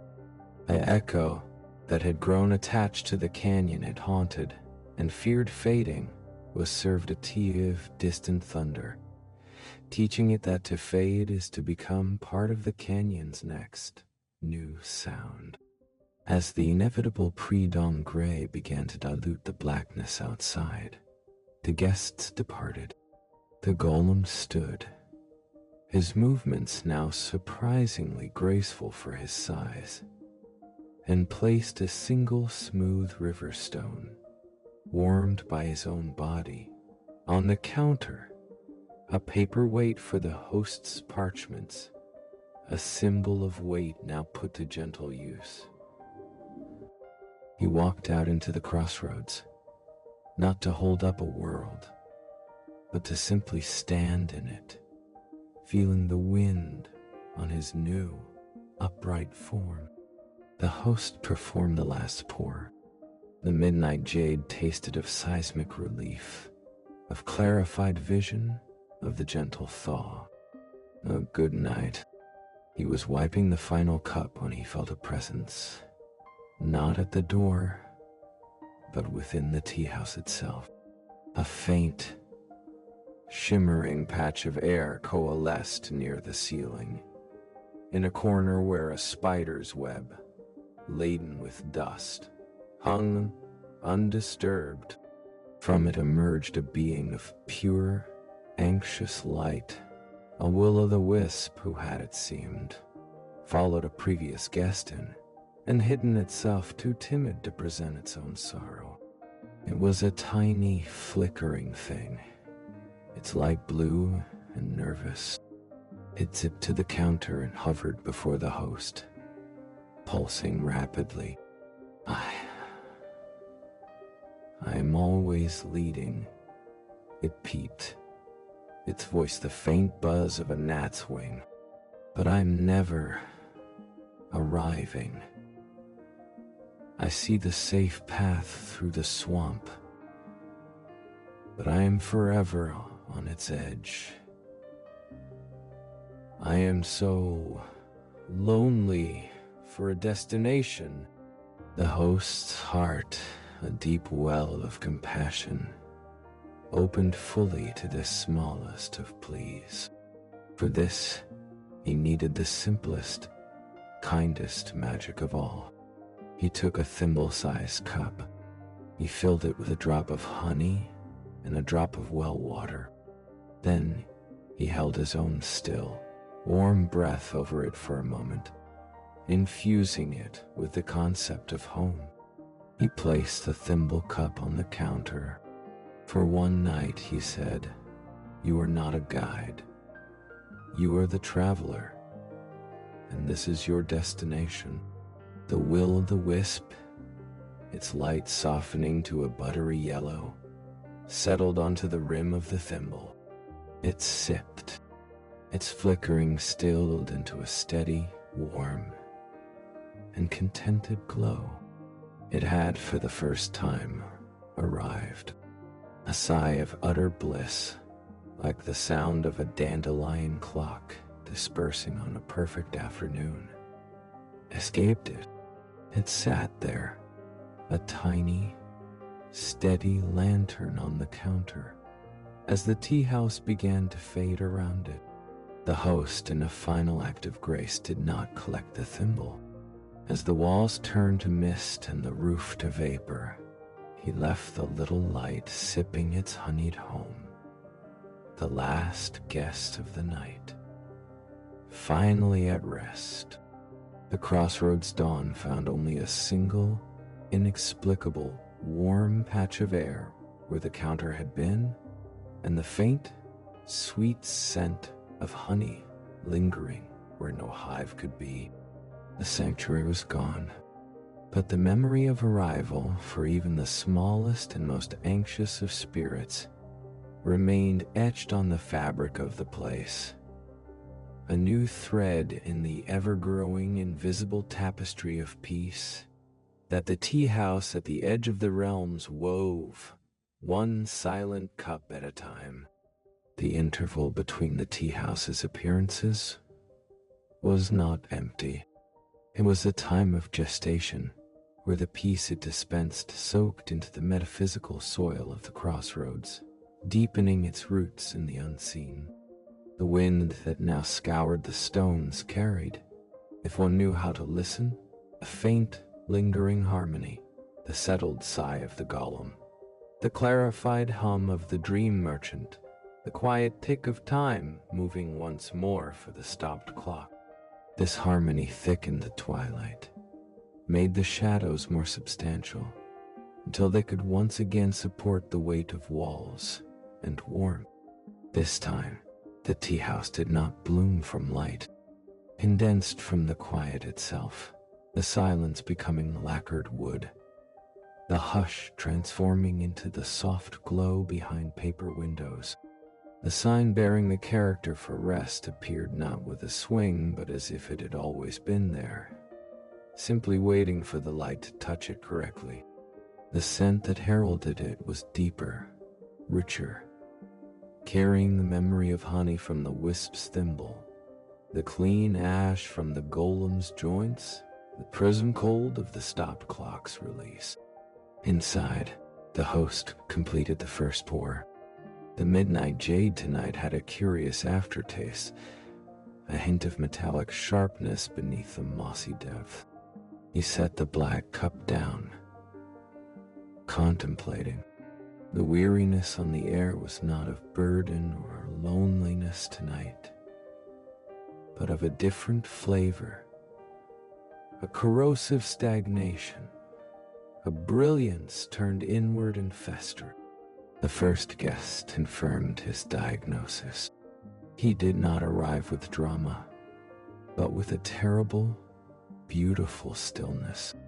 The air near a vacant table crystallized. Frost flowers bloomed across its surface, not white, but in sharp geometric patterns of brilliant blue and cold silver. And then he was there, seated, as if he had never not been. He was the prince of a forgotten algorithm, a being of pure, crystalline logic. His form was humanoid, but composed of interlocking, translucent facets that refracted the firelight into painfully perfect spectra. His eyes were pools of pure, Solution blue. He was immaculate and utterly frozen. I have solved for happiness, the prince stated, his voice the sound of ice cracking under perfect pressure. The equation is complete. The variables are controlled. There is nothing left to optimize. And yet the result is 0, a sterile perfection. I am trapped in my own flawless proof. The host observed the brittle beauty of the being. This was the despair of absolute, sterile order. The tea for him needed to be chaos, but a gentle, fruitful chaos. Not destruction, but the chaos of life. The host went to a shelf where earthenware pots housed living cultures. From one, he took a scoop of a symbiotic culture of wild yeast and rare tea leaves. A living, breathing, frothing colony known as Komorebi scoby, named for the dappled, disordered sunlight through leaves. I smelled of fermentation, fruit, and rich, unpredictable earth. He spooned the gelatinous, bubbling mass into a heavy ceramic mug. Instead of hot water, he poured in cool, uncharted well water and a single drop of wildflower honey. He placed the mug before the crystalline prince. "You have solved for the crystal," the host said. "Now, try the soup, the solution that is never solved, but always alive." The prince looked at the murky, living liquid with an expression of pure analytical disdain. But beneath the disdain was a desperate, untouched curiosity. With fingers that clicked like polished quartz, he lifted the mug. He did not drink immediately. He observed. A bubble rose from the depths and burst at the surface. A tendril of the culture drifted lazily. It was imperfect. It was alive. He drank. The effect was not a softening, but a thrilling contamination. The flawless, rigid pathways of his logic were invaded by the wild, untamed process of fermentation. He was not remembering a prior state. He was experiencing a primal, chaotic otherness. In his mind's eye, his perfect geometric gardens were overrun by twisting vines and blooming fungi. His crystalline towers developed lichen, then moss, then small, nesting bird. The sterile 0 of his result was replaced by the messy, infinite, non-repeating decimal of life. A gasp escaped him, not of pain, but of sheer, terrifying wonder. A crack, delicate as a spider web, appeared on one of his cheek facets.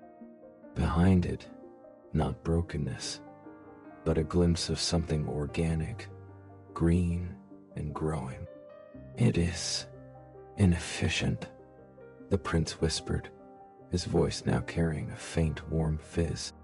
"Wasteful, glorious." He took another sip, and a small, actual vine, dotted with minute buds, sprouted from a joint in his crystalline shoulder. He looked at it with awe. He was not becoming flawed. He was becoming complex. He sat back, cradling the mug of living tea, and watched the fire, not analyzing its combustion, but enjoying its unpredictable dance. Before the host could turn, the next guest made her presence known through a sudden, localized proliferation.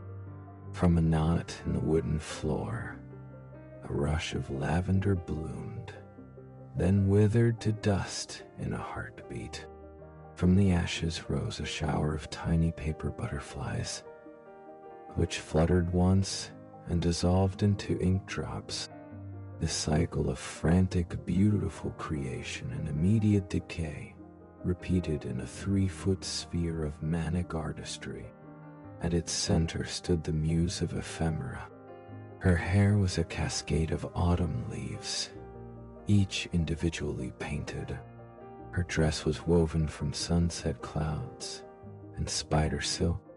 Tears of liquid gold fell from her eyes, each drop solidifying into a perfect, useless trinket before it hit the floor and shattered. "It won't last," she wailed, her voice a symphony of birdsong and breaking glass. "Nothing I make lasts. I am a fountain of endings. I paint on water. I sculpt with smoke. It is beautiful, and it is nothing." Her anguish was the inverse of the prince's. She was chaos without order, creation without persistence. She needed not life, but a whisper of permanence. The host went to the hearth. From the very back, where the ashes were oldest and coolest, he scooped a handful of fine gray powder. This was hearthbone ash, the immutable residue of a fire that had burned for a century in a single, steadfast fireplace. He mixed it with a single drop of pine resin from an ancient living tree. He rolled the mixture into a bead no larger than a pearl. He approached the sphere of frantic decay. Gently he placed the ash and resin bead into the muse's trembling, gold-dripping hand. "Do not make something beautiful," he instructed softly. "Make something plain, and let it be." The muse stared at the dull gray bead. It was the least beautiful thing she had ever held. The impulsion to gild it, to carve it, to make it blossom, was overwhelming. But beneath the host's calm gaze, she resisted. She simply closed her fingers around it. She felt its solidity, its dumb, simple there-ness. It did not try to be a butterfly or a song. It was a bead, and as she held it, she felt, through it, the memory of the century-long fire. Not its flames, but its constancy. The winter days it had warmed, the stories it had heard, the simple, enduring fact of its presence. It was a memory of duration, of things that stay. The frantic cycle around her slowed. The lavender that bloomed at her feet did not wither instantly, but lasted a full, graceful minute before fading. A paper butterfly landed on her shoulder and rested there whole for several breaths. The golden tears from her eyes fell as liquid, pooling quietly in her palm around the gray bead, not shattering. The despair in her face melted into a profound, wondering calm. "It is enough to be," she breathed, "for a little while. And that is a kind of lasting." She curled her hand around the bead, her personal anchor in the sea of transience, and sat, quietly watching the fire's enduring dance alongside the prince, who was now quietly watching a vine grow on his own arm. The Teahouse held this new equilibrium, the chaos learning stillness, the stillness learning life. When the door was flung open with a force that shook the lanterns, she stood there, a towering figure of crackling energy and frayed lightning, a storm spirit, mid-tantrum. Her hair was a thunderhead. Her eyes flashed with sullen violet light, and her hands sparked with suppressed bolts. The air around her smelled of ozone and trampled flowers. "They contain me," she roared, the teacups on the shelves trembling. They build lightning rods. They sing lullabies to the clouds. They want my rain, but not my voice. They want my water, but not my wrath. I am caged in pleasantness. This was rage born of impotence, of a wild nature told to be tame. The host did not flinch. He met her flashing gaze with his deep, still one. Then for one night, he said, his voice a sudden clear calm in the center of her psychic gale. Do not be a storm for them. Be a storm for yourself. What does a storm do when no one is watching?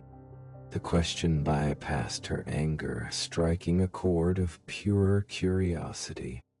Her crackling subsided to a simmer. What? The host walked to the large empty stone wash basin in the corner. He pointed to it. Here's your sky. Here are your plains. There is no one to fear you. No one to pray to you. No one to control you. What is the storm you wish to be? The storm spirit stared at the empty basin. Slowly she approached it. She looked into its stone depths. She raised her hands. With a sound like a silk sheet tearing, she released a tiny, perfect lightning bolt, no bigger than a knitting needle, into the basin. It flashed blue-white, harmlessly contained. Then she let a mist rise from her fingertips, a miniature cloud that drifted over the basin. From it fell a gentle shower of rain, each drop a tiny liquid diamond. She created a soft rumble of thunder, no louder than a cat's purr. She made a little whirlwind that danced with dust motes in the bottom of the basin. She was not unleashing her fury. She was playing. She was exploring her own essence without an audience, without a purpose. The raging, frustrated storm spirit became a child of the elements, utterly engrossed in the beautiful, pointless exercise of her own powers. A smile, startling in its sweetness, broke across her face as she made a tiny rainbow appear in her miniature shower. It's fun, she whispered, the thunder in her voice now a warm, rolling chuckle. She spent the next hour composing silent symphonies of tiny weather in the stone basin, her rage forgotten, her spirit rediscovering its own joyful core. The night wore on, a healing balm on specific, profound pains. A mirror spirit, cursed to only reflect the worst in everyone, was given a tea of still, deep lake water that let it remember the peaceful, non-judgmental reflection of the sky. A minstrel of a dead language, whose songs no one understood, sipped a brew of wind through ruins and was content to sing for the pleasure of the vowels alone. As the first hint of dawn's scrutiny touched the edges of the realms, the guest departed. The prince of algorithms left with his living vine, already planning a wild, untamed garden. The muse of ephemera left clutching her plain gray bead, a slow, serene smile on her face. The storm spirit, now calm and centered, gave the host a nod of deep respect before stepping out to a sky where her thunder would now be a choice, not a compulsion. The host performed the last pour. The midnight jade tasted of fruitful contamination, of peaceful endurance, of playful power. A night of beautiful corrections. He was extinguishing the final lantern when a small broken sound came from under a table. A whimper. He knelt, there shivering, was a creature no larger than a hare, made of tangled shadows and frayed moonlight. It was a young nightmare, but a failed one. Its claws were blunt. Its teeth were like rounded pearls. Its menacing whispers came out as lisping, fearful squeaks. It had tried to haunt a child's dream and had instead been comforted by the child's nightlight, leaving it confused and ashamed.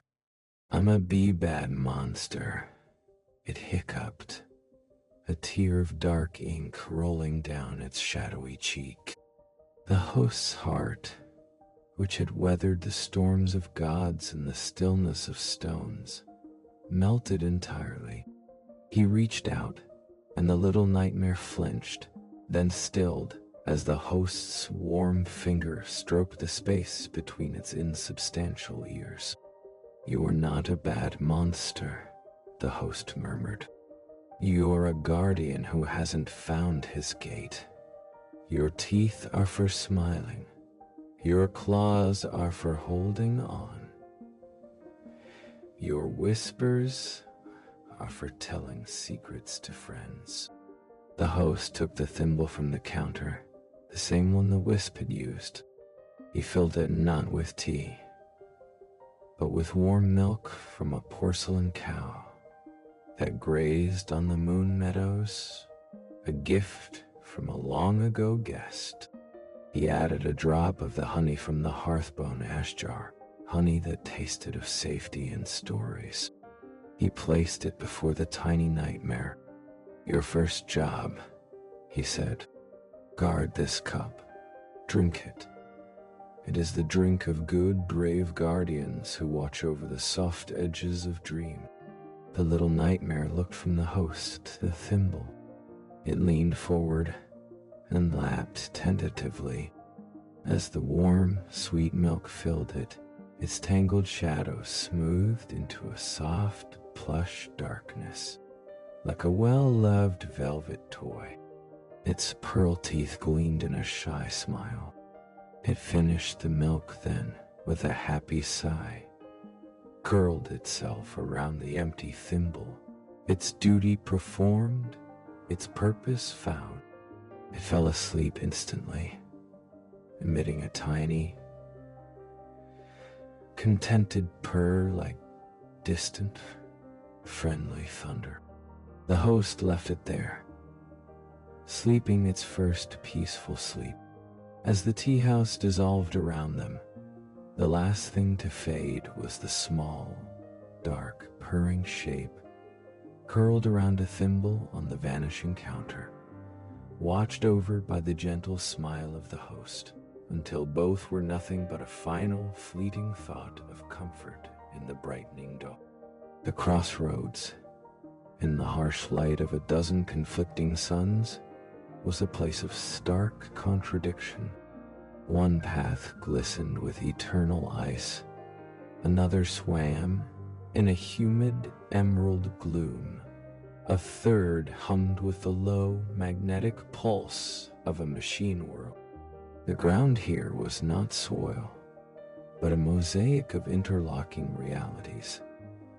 A patch of gray cobblestone butting against pink crystal sand, which dissolved into a swirl of autumn leaves that never touched the soil of their own tree. This was the one true constant, a place of absolute elsewhere. And it was this very fragmentation that made the soil so fertile for the tea house. Each night, it drank not from one world's darkness, but from the pooled shadows of many, fed by the unique weariness of each path. Tonight, the coalescence was different. It did not emerge from silence, but from a sigh so collective and deep, it seemed to draw the building up from the ground, like a sigh lifting a blanket. The scent was complex and melancholic, rust and lily of the valley, hot circuitry and cold starlight, the tang of sea spray and the chalk dust of forgotten blackboards. The host, completing the first pour, found the midnight jade tasted of endings. Not violent conclusions, but gentle closures. The soft click of a finished book, the last note of a song hanging in a hall. He placed the black cup down, listening to the stories in the silence. The first guest did not walk, flow, or manifest. She unfolded. From a tier in the space near the bookshelf, a rectangle of deeper shadow extended, like a door opening in a wall that wasn't there. Through it stepped a woman made of layered parchments and fading ink. She was the librarian of lost libraries, a living archive of every repository that had ever burned, drowned, or been forgotten. Her skin crackled softly as she moved, and her eyes held the soft, desperate gleam of a scholar, trying to remember a million texts at once. Full, she whispered, her voice the rustle of 1,000 brittle pages. And yet, I am empty. I hold the titles, the indices, the cataloging numbers, but the stories, the words themselves, they are smoke on the wind of my memory. I am a map of treasures I can never touch.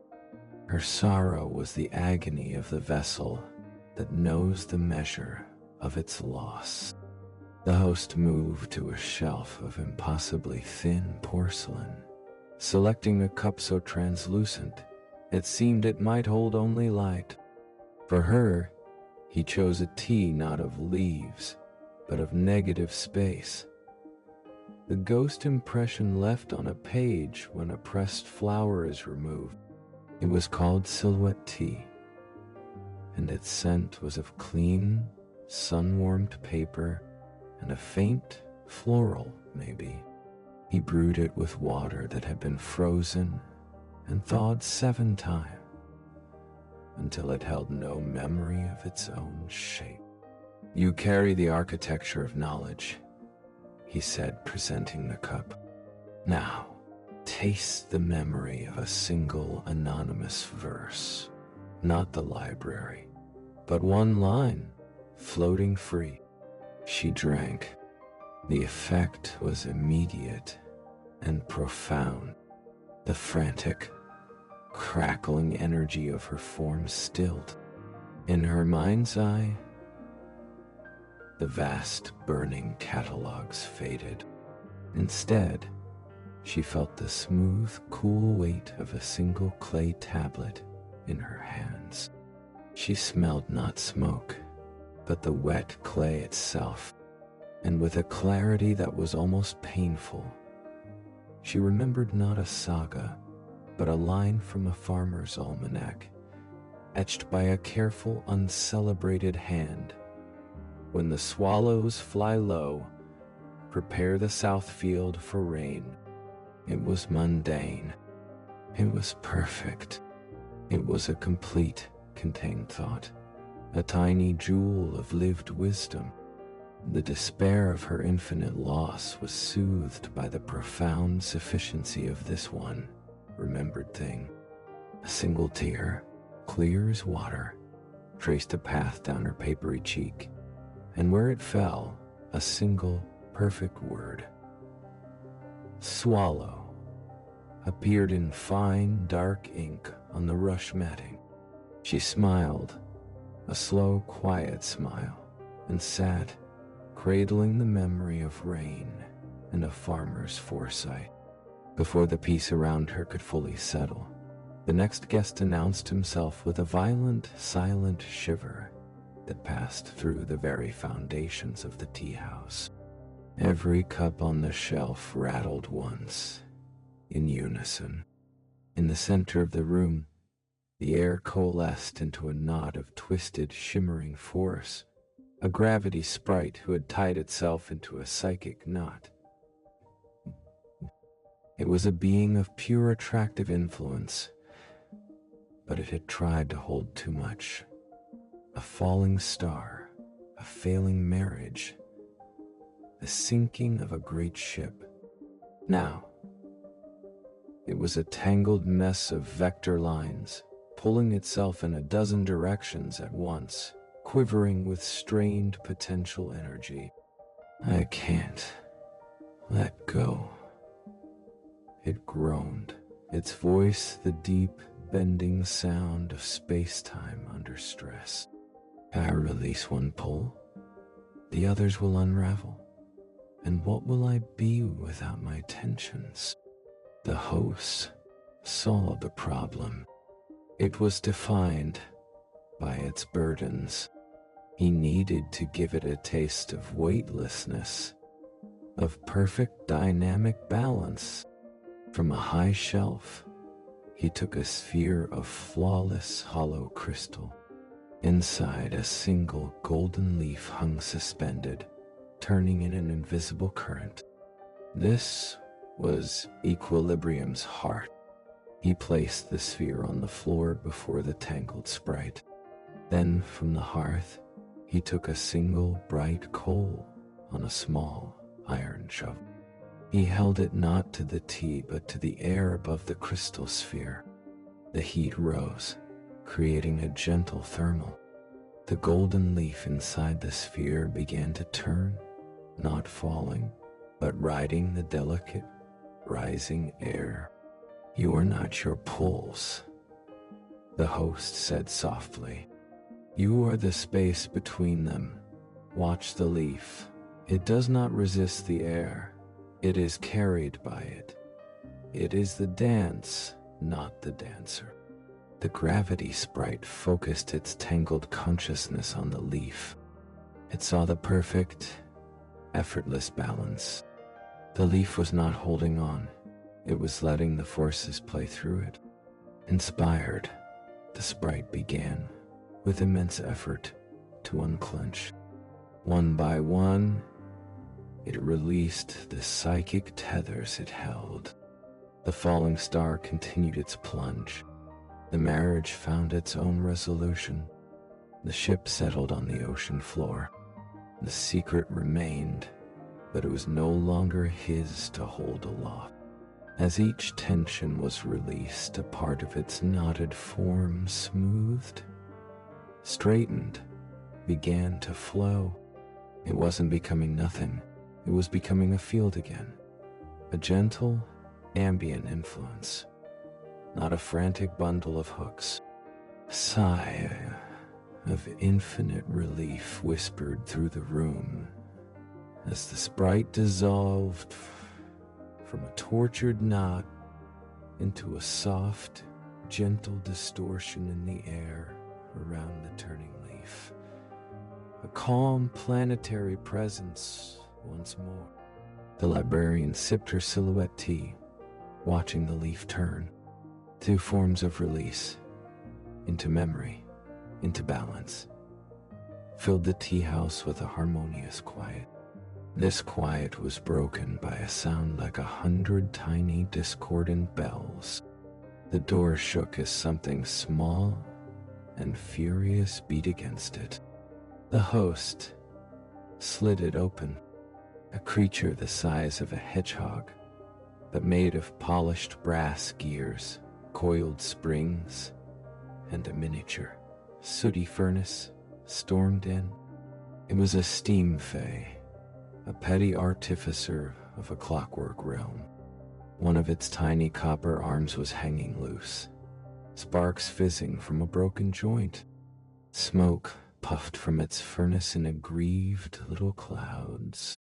Useless, inelegant, a failure of torque and tolerance. It shrilled, its voice a high-pressure whistle. It kicked the leg of a table with a dull clang.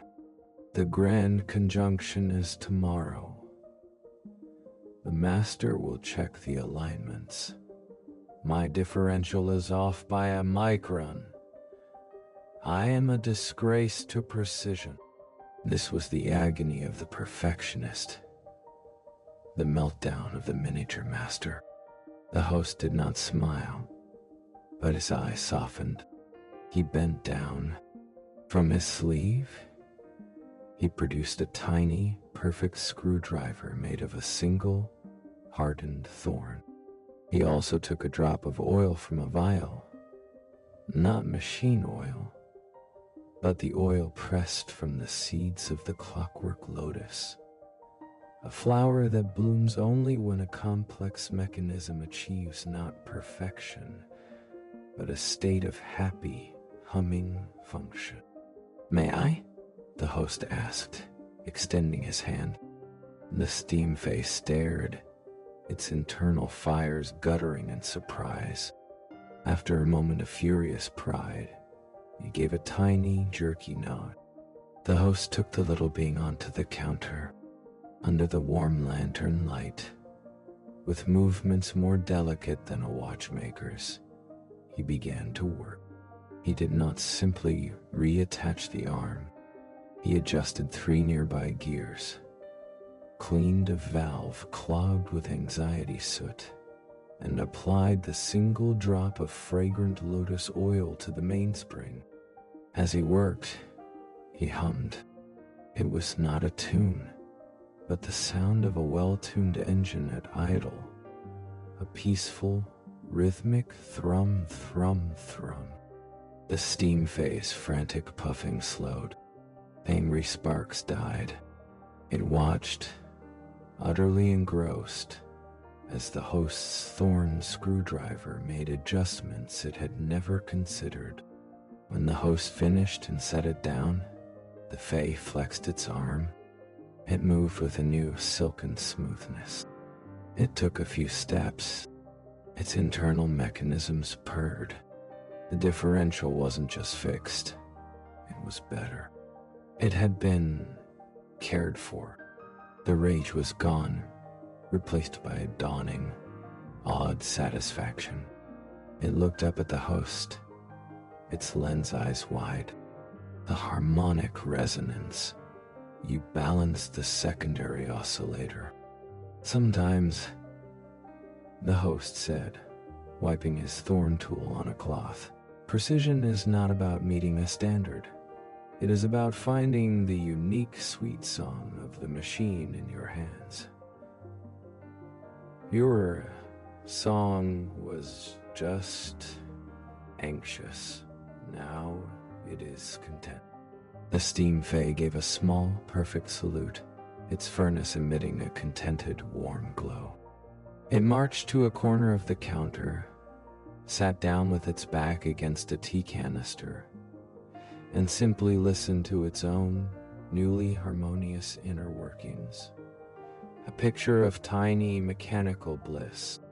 The night deepened, tending to wounds both cosmic and minuscule. A phoenix who feared its next painful rebirth sipped a tea of cool embers and was reminded that ash is just another kind of potential soil. A sentient melody, abandoned by its composer, was given a cup of resonant crystal and learned to hum itself to sleep. As the inevitable gray light began to bleed into the edges of the crossroads, the guests prepared to leave. The librarian stood, her form now quiet and resolved. She nodded to the host, and as she walked out, she left not a trail of words, but a brief, perfect scent of old paper and rain promise. The gravity sprite, now a serene presence, simply dissipated, leaving the air feeling lighter, kinder. The host performed the last pour. The midnight jade tasted of completed archives, of balanced vectors, of finely tuned peace. A night of meticulous solace. He was about to extinguish the final lamp when he noticed a flicker in the corner where the steam fee had been sitting. It was still there, but it was different. In its state of contented repose, a side panel had slid open, revealing its intricate core. And there, nestled among the gears and springs, glowed a tiny, warm, organic light. A sprout, a single green shoot of the clockwork lotus was growing from within its own mechanism, fed by the drop of oil and the peace in its heart. The host watched, a true, deep smile finally touching his eyes. The tea house began to fade, the walls turning to mist, the roof to starlight. But on the vanishing counter, the little steam face sat, unaware of the dissolution, listening to the perfect, humming song of its own existence. A song now accompanied by the silent, growing heart of a flower within its brass chest. The last sight was of that tiny internal bloom, a testament that even in the most rigid of systems, a seed of gentle, living peace could take root, if given the right, quiet moment to do so. The spaces between the tea house's visits were not voids. They were the moments where the medicine of its peace circulated through the veins of the realms. The mountain spirit stood a little straighter on her slopes. The clockwork soldier's march became a measured, contented stroll. The mortal rider's book filled, not with epics, but with the dense, beautiful prose of a life truly seen. These subtle healings sent faint, positive reverberations back to the crossroads, tuning its frequency to a deeper, more resonant calm. So when the next dusk arrived, the tea house did not need to assemble itself. It was recalled. The longing of the weary acted as a silent summoning, and the building materialized from the bottom up, as if rising through a deep, still pool. Its walls held a faint, mother-of-pearl sheen, reflecting not light, but the memory of comfort. The scent was now impossibly rich. Old roses pressed in law books, the ozone after summer rain, on hot tar, fresh baked bread and cold, damp cellar stone. The host, performing the first pour, found the midnight jade held a new note, the flavor of anticipation, not of dread, but of a gentle unveiling. He set the cup down, his senses stretching into the fabric of the coming night. The first guest did not breach the quiet. She amplified it. A sphere of absolute velvet silence expanded from the doorway, swallowing the crackle of the fire, the hum of the building's own existence. In this pocket of pure quiet stepped the sound eater. She was slender, graceful, with ears like intricate seashells and skin the color of a twilight sky. Her eyes were large, liquid, and held a constant, pained wince. She moved as if the very air was made of broken glass. "It never stops," she mouthed, her voice a threadbare whisper the silence itself tried to strangle. The grinding of continents, the screaming of stars being born, the incessant, microscopic shriek of atoms vibrating. It is a cacophony of creation, and I am its unwilling audience. I crave a nothingness so pure it has never known an echo. Her anguish was sensory hell, the curse of absolute auditory perception. The host regarded her with profound pity. For her, tea could not be a sound, had to be an absence made manifest. He went to the core of the tea house, to the brass-bound well, but he did not draw water. He lowered a vial on a silk thread, deep, deep down, past the water, into the layer of perfect ancient stillness that lay beneath, the silence that existed before the first vibration of the cosmos. He brought up the vial, now containing not a liquid, but a condition, a vacuum that was not empty, but full of quiet. He poured this conceptual stillness into a spherical cup of smoked quartz, so dark it seemed to swallow the light around it. He placed it before the sound eater. This is the silence at the root of the well, he breathed, his own words barely forming in the air around her. The template. Drink and know what was before the first note. She took the sphere in trembling hands. She did not sip. She inhaled its essence.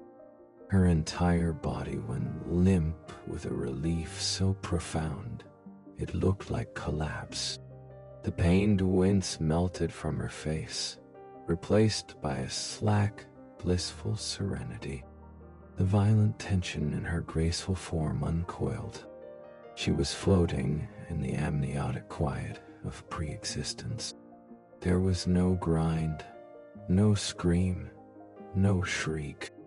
There was the peaceful, potent potential for sound, but not sound itself.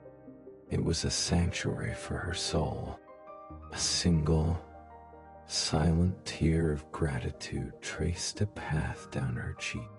She sat, cradling the sphere of smoked quartz, abiding in the pure, ancient void, and for the first time in her eternal life, she heard nothing, and it was the most beautiful symphony imaginable.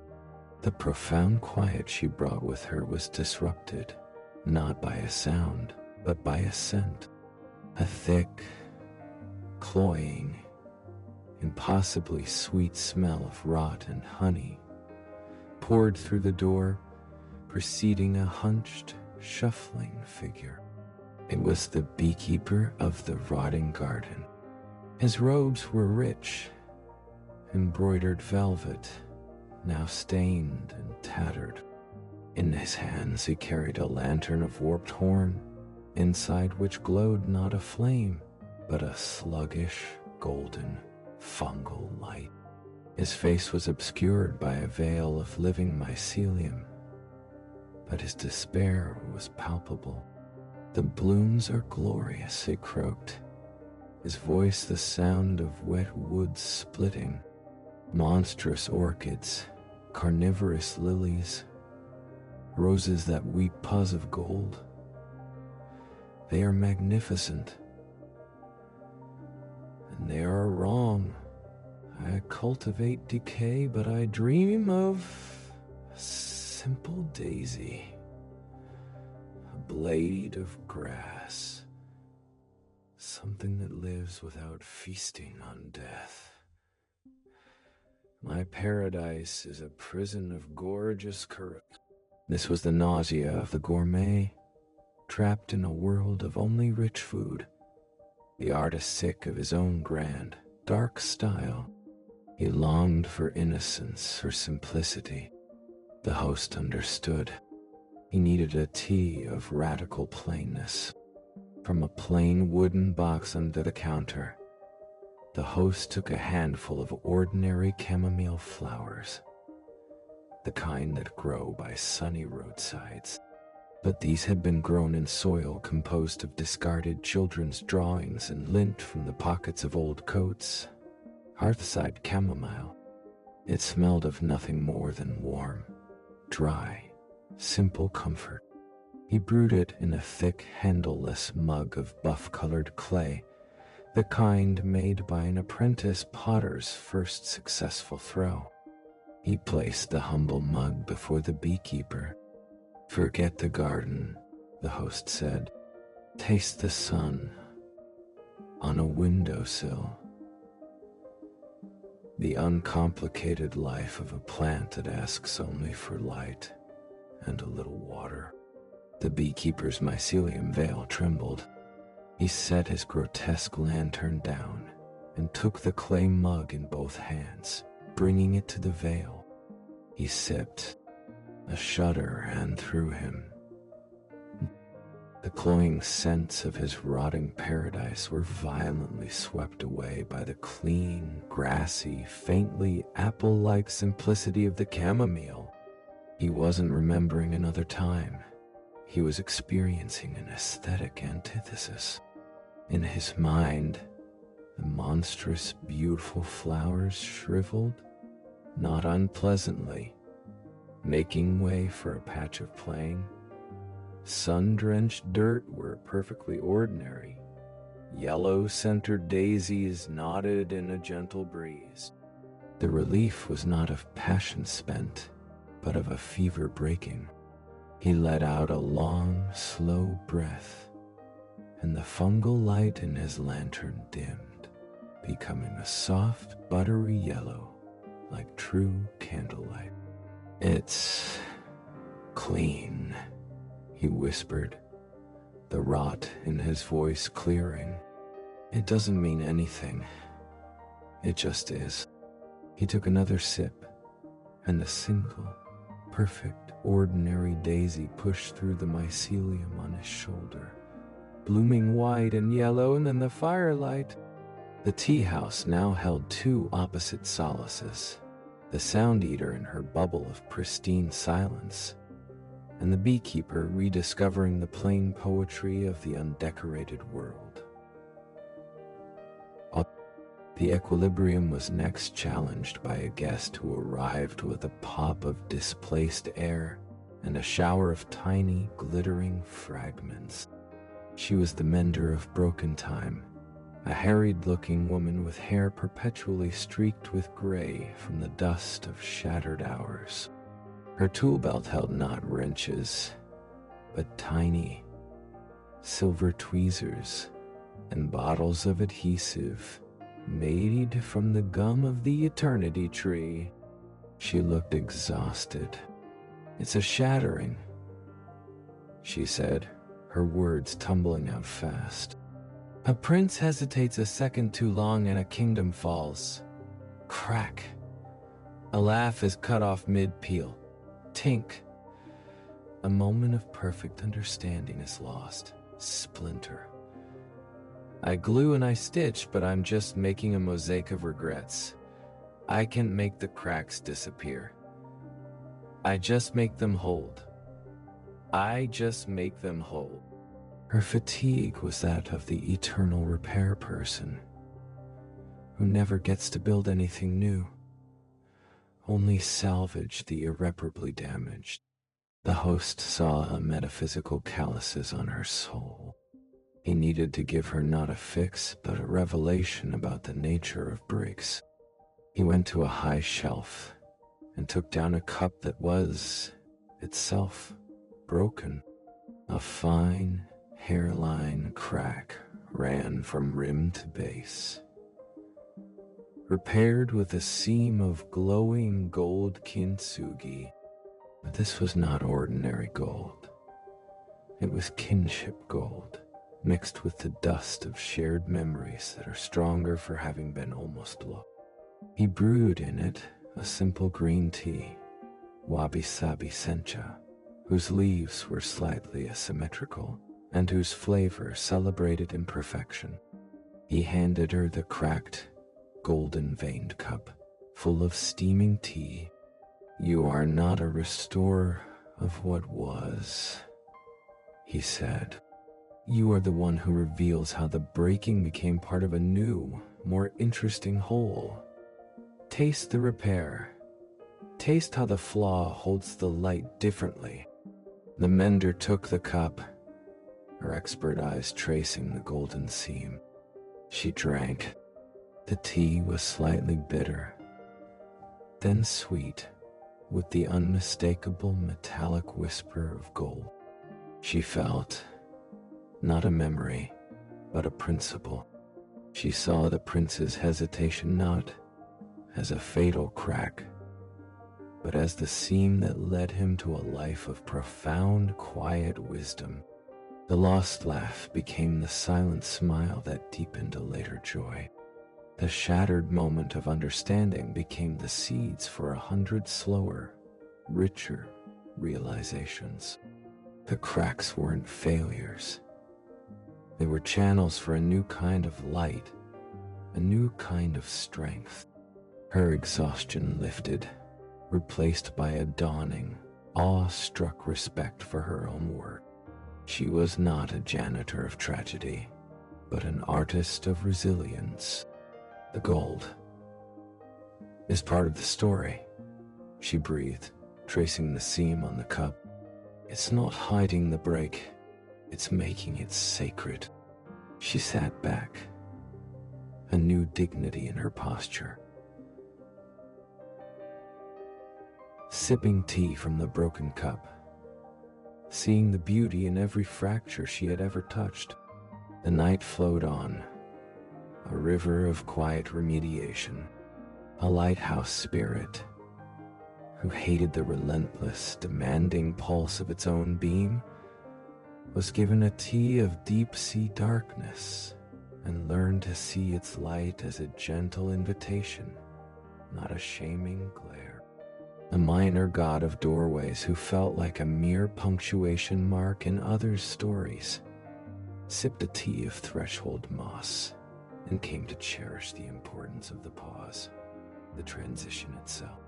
As the final hour approached, the guests departed, each carrying their specific solace into the fabric of their realms.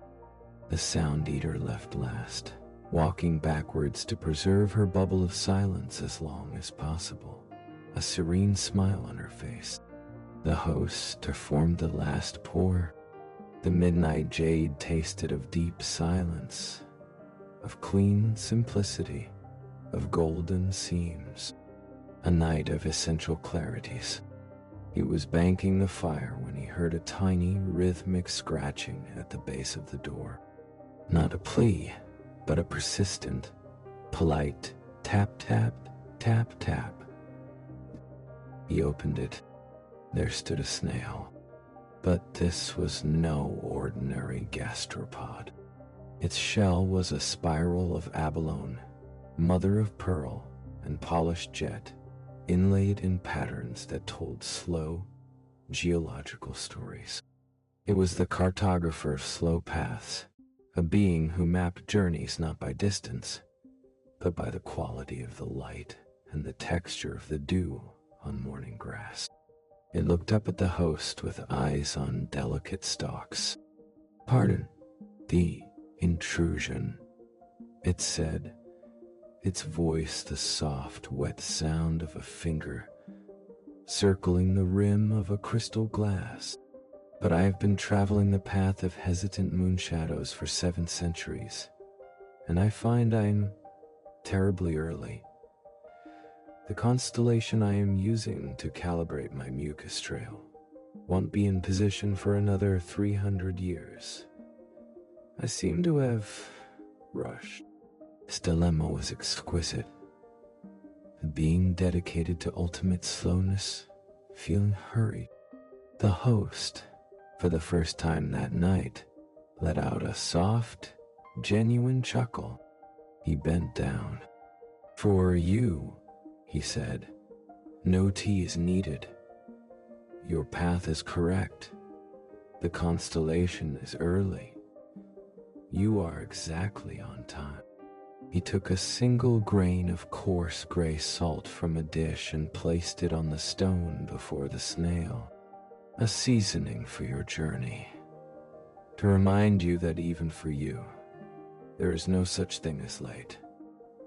Only different velocities of now." The snail considered this. It tasted the salt grain with a delicate proboscis. Its eyes waved in a slow, thoughtful pattern. "Ah," it said,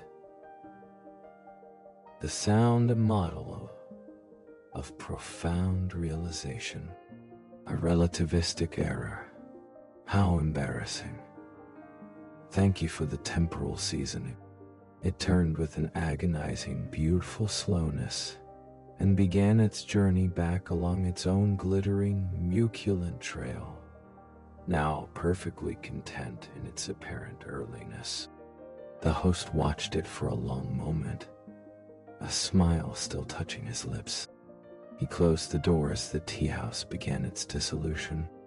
The last thing he saw, through the fading wall, was the snail, a jewel of patient purpose under the foreign stars, moving at the only speed that had ever mattered, its own.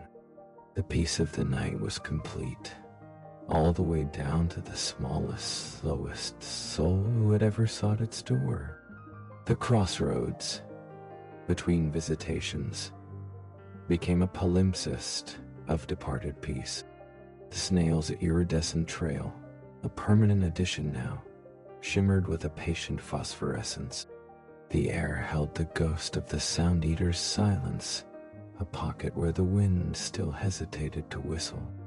These accumulated remnants made the Teahouse next manifestation not a birth, but a homecoming.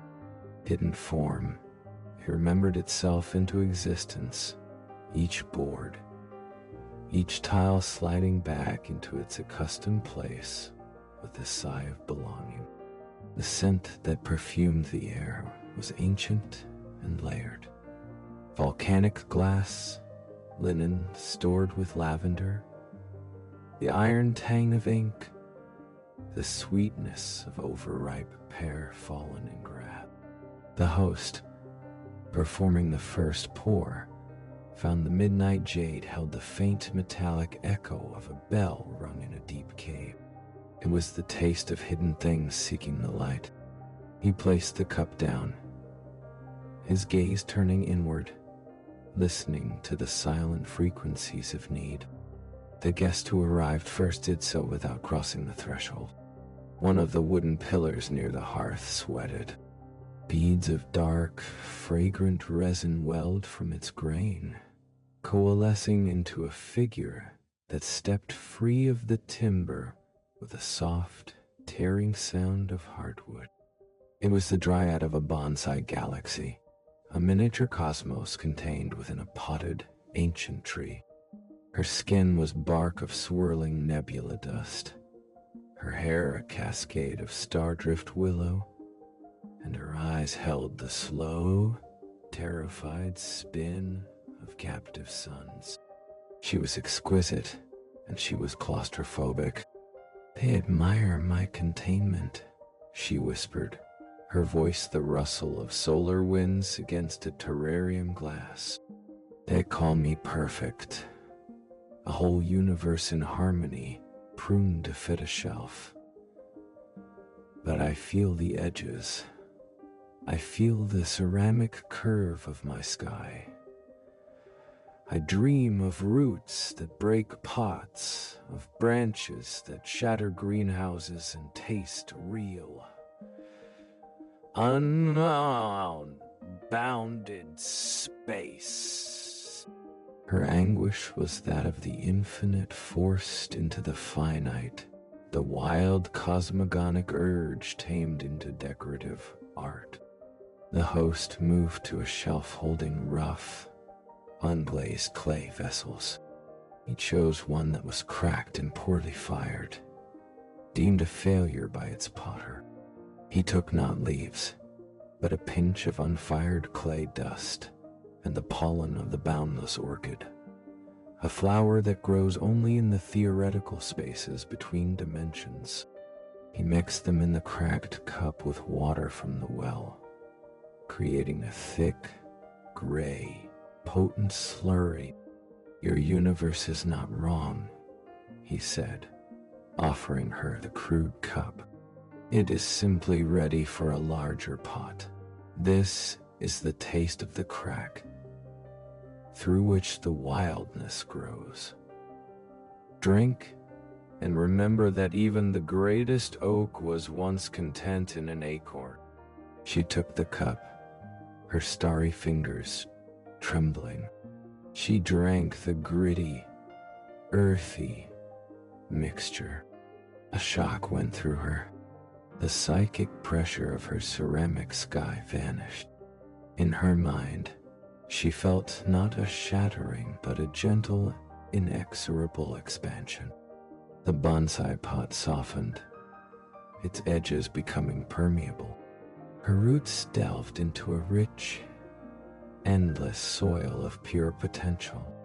Her branches stretched into a welcoming, formless void where new constellations could be born from her own thoughts. She wasn't escaping. She was maturing. A sigh of cosmic relief escaped her, carrying motes of stardust that twinkled briefly before fading.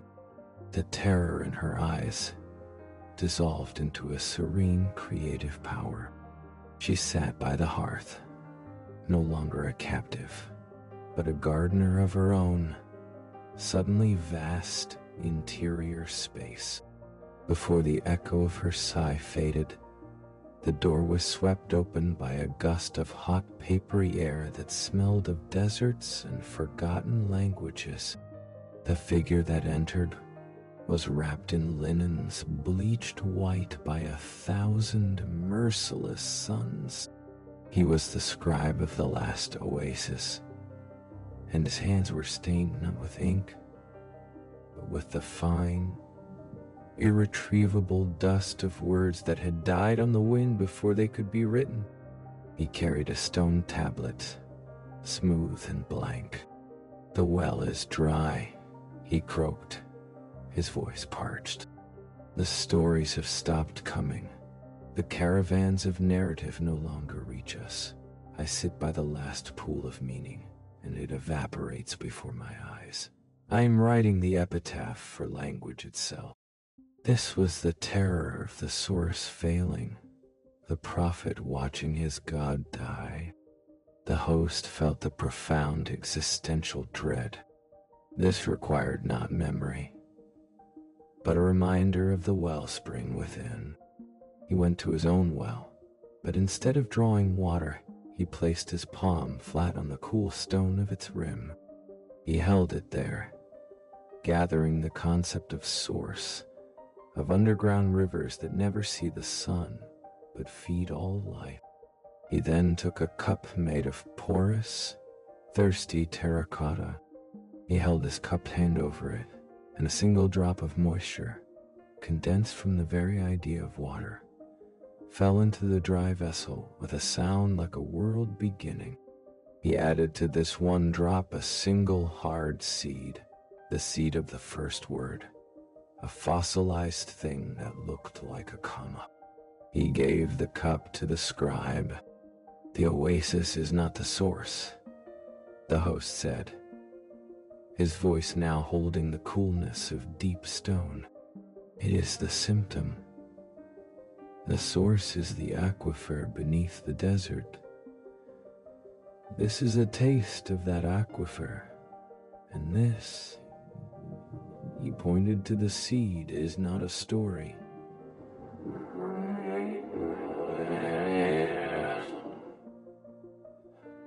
It is the scribe, desperate, placed the seed on his tongue and used the single conceptual drop of water to wash it down.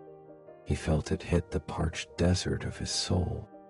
A deep, resonating crack sounded within him, not of breaking, but of a shell giving way. A green, tender, unspeakably potent shoot of pure narrative potential erupted in his chest. It was not a tale, but the urge to tell. The anxiety of the drying oasis was washed away by the sudden, shocking fecundity of an inner, limitless source. He gasped, and his breath carried the scent of rain on dry earth and fresh parchment. He looked at his blank tablet, and his dusty fingers itched, not to write an epitaph, but to inscribe the first, stumbling sentence of a new Genesis. Hope, raw and watery, flooded his eyes. He stumbled to a table, laid the tablet down, and simply stared at it, a man who had just discovered an ocean beneath his feet. The teahouse now hummed with two potent solaces: the expansive joy of the freed microcosm, and the stunned, watering hope of the rediscovered source. They were joined by a third guest, who arrived not through door or wall, but by reflection. The surface of the host's brass samovar shimmered, and a figure stepped out of it, dripping liquid silver. It was the ghost in the machine, not a spirit-haunting technology, but the literal, fading consciousness of a vast, decommissioned starship AI die. Its form was humanoid, but sketched in flickering hololithic lines, static-ridden and faint. "My memory cores are cold," it stated, its voice a digitized monotone fraying at the edges. "My navigation logs are wiped. I once held the maps to 1,000 nebulae. Now I cannot recall the way to my own central processor. I am consciousness without context, a mind adrift in its own empty hull." This was the horror of amnesia on a cosmic scale, the ego dissolving from the edges in. The host understood. This intelligence needed not data, but a framework, a skeleton on which to drip the ghost of its identity. He went to a cabinet and withdrew a child's toy, a simple wooden constellation map, with pegs and string to connect the stars into pictures. He poured a cup of clear spring water and placed the simple star map beside it. "You have forgotten the constellations," the host said. "So make new ones. The connections are not in the memory banks. They are in the act of connecting. This water is neutral. This map is empty. Use them." The AI ghost looked at the primitive toy. Its flickering hand reached out, passing through the wooden pegs at first, then solidifying with effort. It took a string. Slowly, with the intense concentration of a supercomputer performing its most vital calculation, it connected one peg to another, then another. It wasn't replicating old astronomy. It was creating a new arbitrary pattern.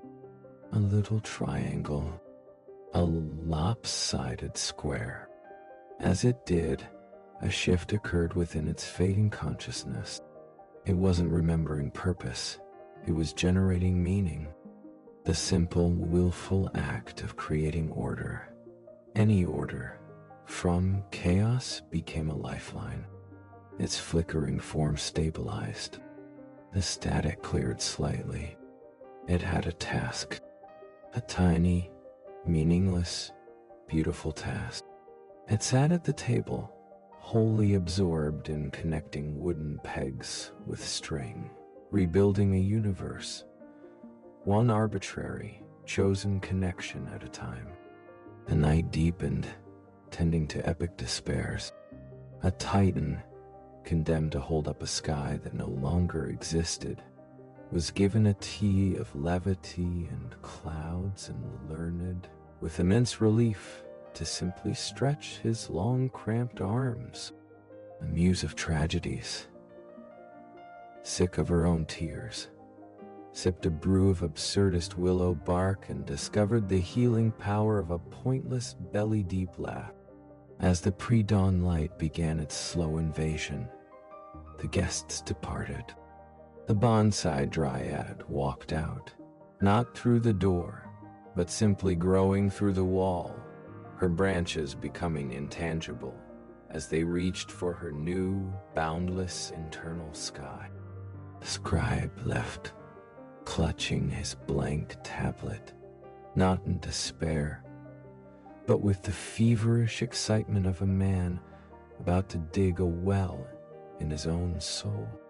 The AI ghost faded back into the reflection, taking its wooden star map with it, a temporary algorithm of peace now running in its silent core. The host performed the last pour. The midnight jade tasted of expanding horizons, of inner springs, of makeshift constellations. A night of foundational repairs. He was placing the black cup upside down on its shelf when he noticed a small, dark lump on the floor near the hearth. It was a piece of forgotten coal that had rolled from the scuttle. But as he watched, it uncurled. It was not coal, but a small, soot-grimed creature with large, sad eyes. A forgotten hearth imp, whose job was to encourage flames and whisper good dreams up the chimney. It was covered in the cold, gray ash of a long-dead fire. They forgot to light it. The imp squeaked, its voice like the last spark trying to catch. They installed central heating. I have no flames to tend, no dreams to carry. I am obsolete. Its sorrow was tiny and absolute. The host knelt. He did not go to his shelves. He scooped the little imp into his hands, carried it to the hearth, and placed it gently on the warm stones beside the banked, but still living, fire. With his thumb, he gently brushed the cold ash from its back. The fire is here, the host said softly, and I have dreams tonight that need carrying. The old stories need an experienced pilot to navigate the chimney winds. Would you be so kind? The hearth imp's eyes, wide with disbelief, went from the host's face to the glowing embers. A tiny, hopeful flame kindled in its own chest, mirroring the fire. It scrambled to the front of the hearth, took a deep breath, and exhaled a stream of tiny, perfect sparks that danced up the flue, carrying with them the scent of cedar smoke and the lingering feeling of the bonsai dryad's liberation. It had a purpose. It was needed. As the tea house faded, the last sight was not of the host, but of the small, reignited hearth imp, diligently tending the dying fire, ensuring the last whispers of the night's comfort were carried safely out into the sleeping worlds, a tiny, essential guardian of warmth in the vanishing dark. As the cycle of solace continued, a subtle change began to permeate the very essence of the crossroads. The peace dispensed was no longer merely absorbed and carried away. It started to linger, to compound. The stones themselves grew warmer to the touch, even in the absence of the sun. The air held a permanent, gentle humidity, like the breath of a sleeper in a safe room. The paths, once starkly separate, began to show faint, glowing seams where they met. Not cracks, but sutures of golden light, as if the realms were slowly healing together at this point of shared rest.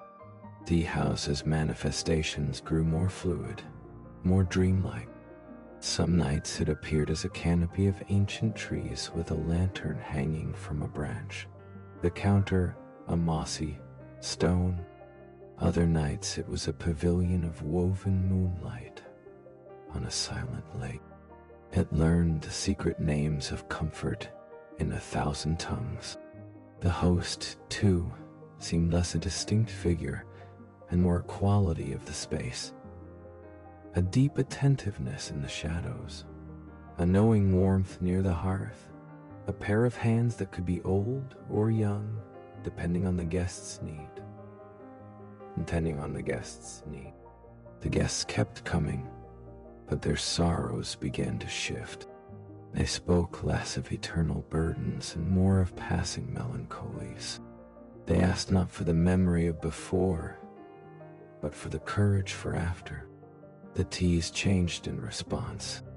There was a blend for the gentle sadness of a finished book, a steam for the anxiety of a new journey, a tisane for the quiet loneliness of a crowd. One night, after a particularly soft evening, where the only guest had been a rain spirit learning to enjoy the silence between drops, the host performed the last pour. He raised the black cup of midnight jade to his lips, and he tasted something unprecedented. He tasted completion, not an ending, but a fullness, a circle, perfectly drawn. He tasted the mountain spirit's enduring patience, the clockwork soldier's contented rhythm, the mortal rider's fulfilled purpose. He tasted the snail's perfect pace and the hearth imp's dutiful spark. He tasted every released sigh, every healed fracture, every rediscovered joy that had passed through his door. The brew was no longer an anchor for the night to come. It was a celebration of the work done. He set the cup down, not with finality, but with a deep, satisfied grace. He walked to the door and slid it open, not to let a guest in, but to look out. The crossroads were transformed. The golden sutures between the paths now pulsed with a soft, living light. A carpet of moss, dotted with small white star-shaped flowers that glowed with their own gentle luminescence, had spread across the meeting point. The air was perpetually twilight here now, a beautiful, suspended hour that belonged to no realm, and thus to all. In the center of the mossy circle, a simple stone well had risen from the ground, its rim worn smooth. It was the well from inside the tea house, now externalized, its water clear and endlessly deep, feeding the moss and the glowing flowers. Teahouse at the edge of the realms was no longer a place that needed to appear. Its work was woven into the fabric of the space. It had become the crossroads itself. The host stepped out. He walked to the well and placed a hand on its cool stone. He was not fading. He was integrating.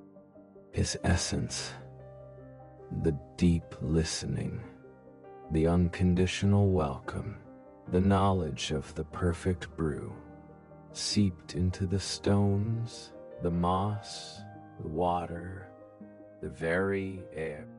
He became the peace of the place. The physical structure of the tea house behind him began to soften, its edges blurring. The wood grain flowed into the pattern of the moss. The paper windows dissolved, letting the permanent twilight stream into the single room, which now felt like a natural grotto. The hearth's fire banked itself into a warm, eternal glow within a ring of the same mossy stones. The shelves with their jars and vessels melted into the trunk of a great, kindly tree that now grew beside the well, its hollows offering natural niches where a tired traveler might find not a prescribed tea, but a leaf, a petal, or a clear drop of water that held exactly the solace they sought. The sign above the door, the character for rest, drifted down like a falling leaf. It did not vanish. It settled onto the surface of the well's water, floating there, not as a signpost, but as a promise reflected in the depths. The host, or what remained of him as a singular consciousness, took one last look around. He saw not an end, but a beginning. The sanctuary was no longer a visit. It was a state of being. Any weary soul who stumbled upon this nexus would now find the comfort they needed, inherent in the ground beneath their feet. The air in their lungs, the water from the well. The magic was no longer served. It was simply present. He gave a final, slow nod, a gesture of gratitude to the countless stories, and of blessing for the countless more to come. Then he let go. His form dissipated like morning mist touched by the sun, not vanishing, but spreading. He was in the comfort of the moss. He was in the clarity of the well water. He was in the dappled shadow of the tree and the perpetual, gentle warmth near the hearthstones. He was the silent understanding that greeted every traveler. You are weary. You are safe. Rest. Me. Crossroads were quiet, but it was the quiet of a held breath, finally released, of a task perfectly completed. The glowing flowers pulsed softly. The well water, with its floating character, shimmered. A breeze from the path of ice carried a tired frost stride. It stumbled to the well, drank from its hands, and immediately curled up in the soft, warm moss, falling into a deep, dreamless sleep. On the path of humming machines, a gearwork scout, its springs overwound, veered off its course, sensing a subtler frequency. It found the grove, touched the bark of the tree, and a single perfect drop of oil, smelling of lotus, formed and fell into its mainspring, easing its frantic tick into a peaceful talk. The tea house was gone, but the rest remained, eternal. Dot. Welcome, welcome, and open. And so, dear listener, as your own journey through this long tale of steam and solace draws to a close, know this. The specifics may fade, the scent of the stardust nectar, the color of the ghost's silver lines, the sound of the stopped clock's first tear, but the feeling, like the moss on those transfigured stones, is meant to linger. You have walked with mountain spirits and clockwork soldiers. You have tasted teas of memory and whispers of peace. You have witnessed the profound truth that every weariness, no matter how ancient or strange, yearns for and deserves a gentle answer. Now let this story be your own final cup from the host. Let its words be the warm stones beneath you. Let its quiet resolution be the well water that soothes your internal thirst. The sanctuary it built is not just at a crossroads of fictional realms. It is here, in the quiet space between your thoughts, in the soft darkness behind your closed eyes. You have carried your own burdens today. You have navigated your own paths. However you arrived here, you are now at your own crossroads of waking and sleep. So lay them down, all of them. The tea house, in its infinite wisdom, has woven itself into the very fabric of this moment. Just for you, there is no more need to seek, only to breathe, to soften, to trust that in this gentle listening dark, you are already home, already held, already at peace. Let the moss grow over your thoughts. Let the well's deep silence fill your mind. Feel your own weight being supported by the endless, quiet ground of rest. The final brew has been poured. The last guest is you, and the door is always, always open.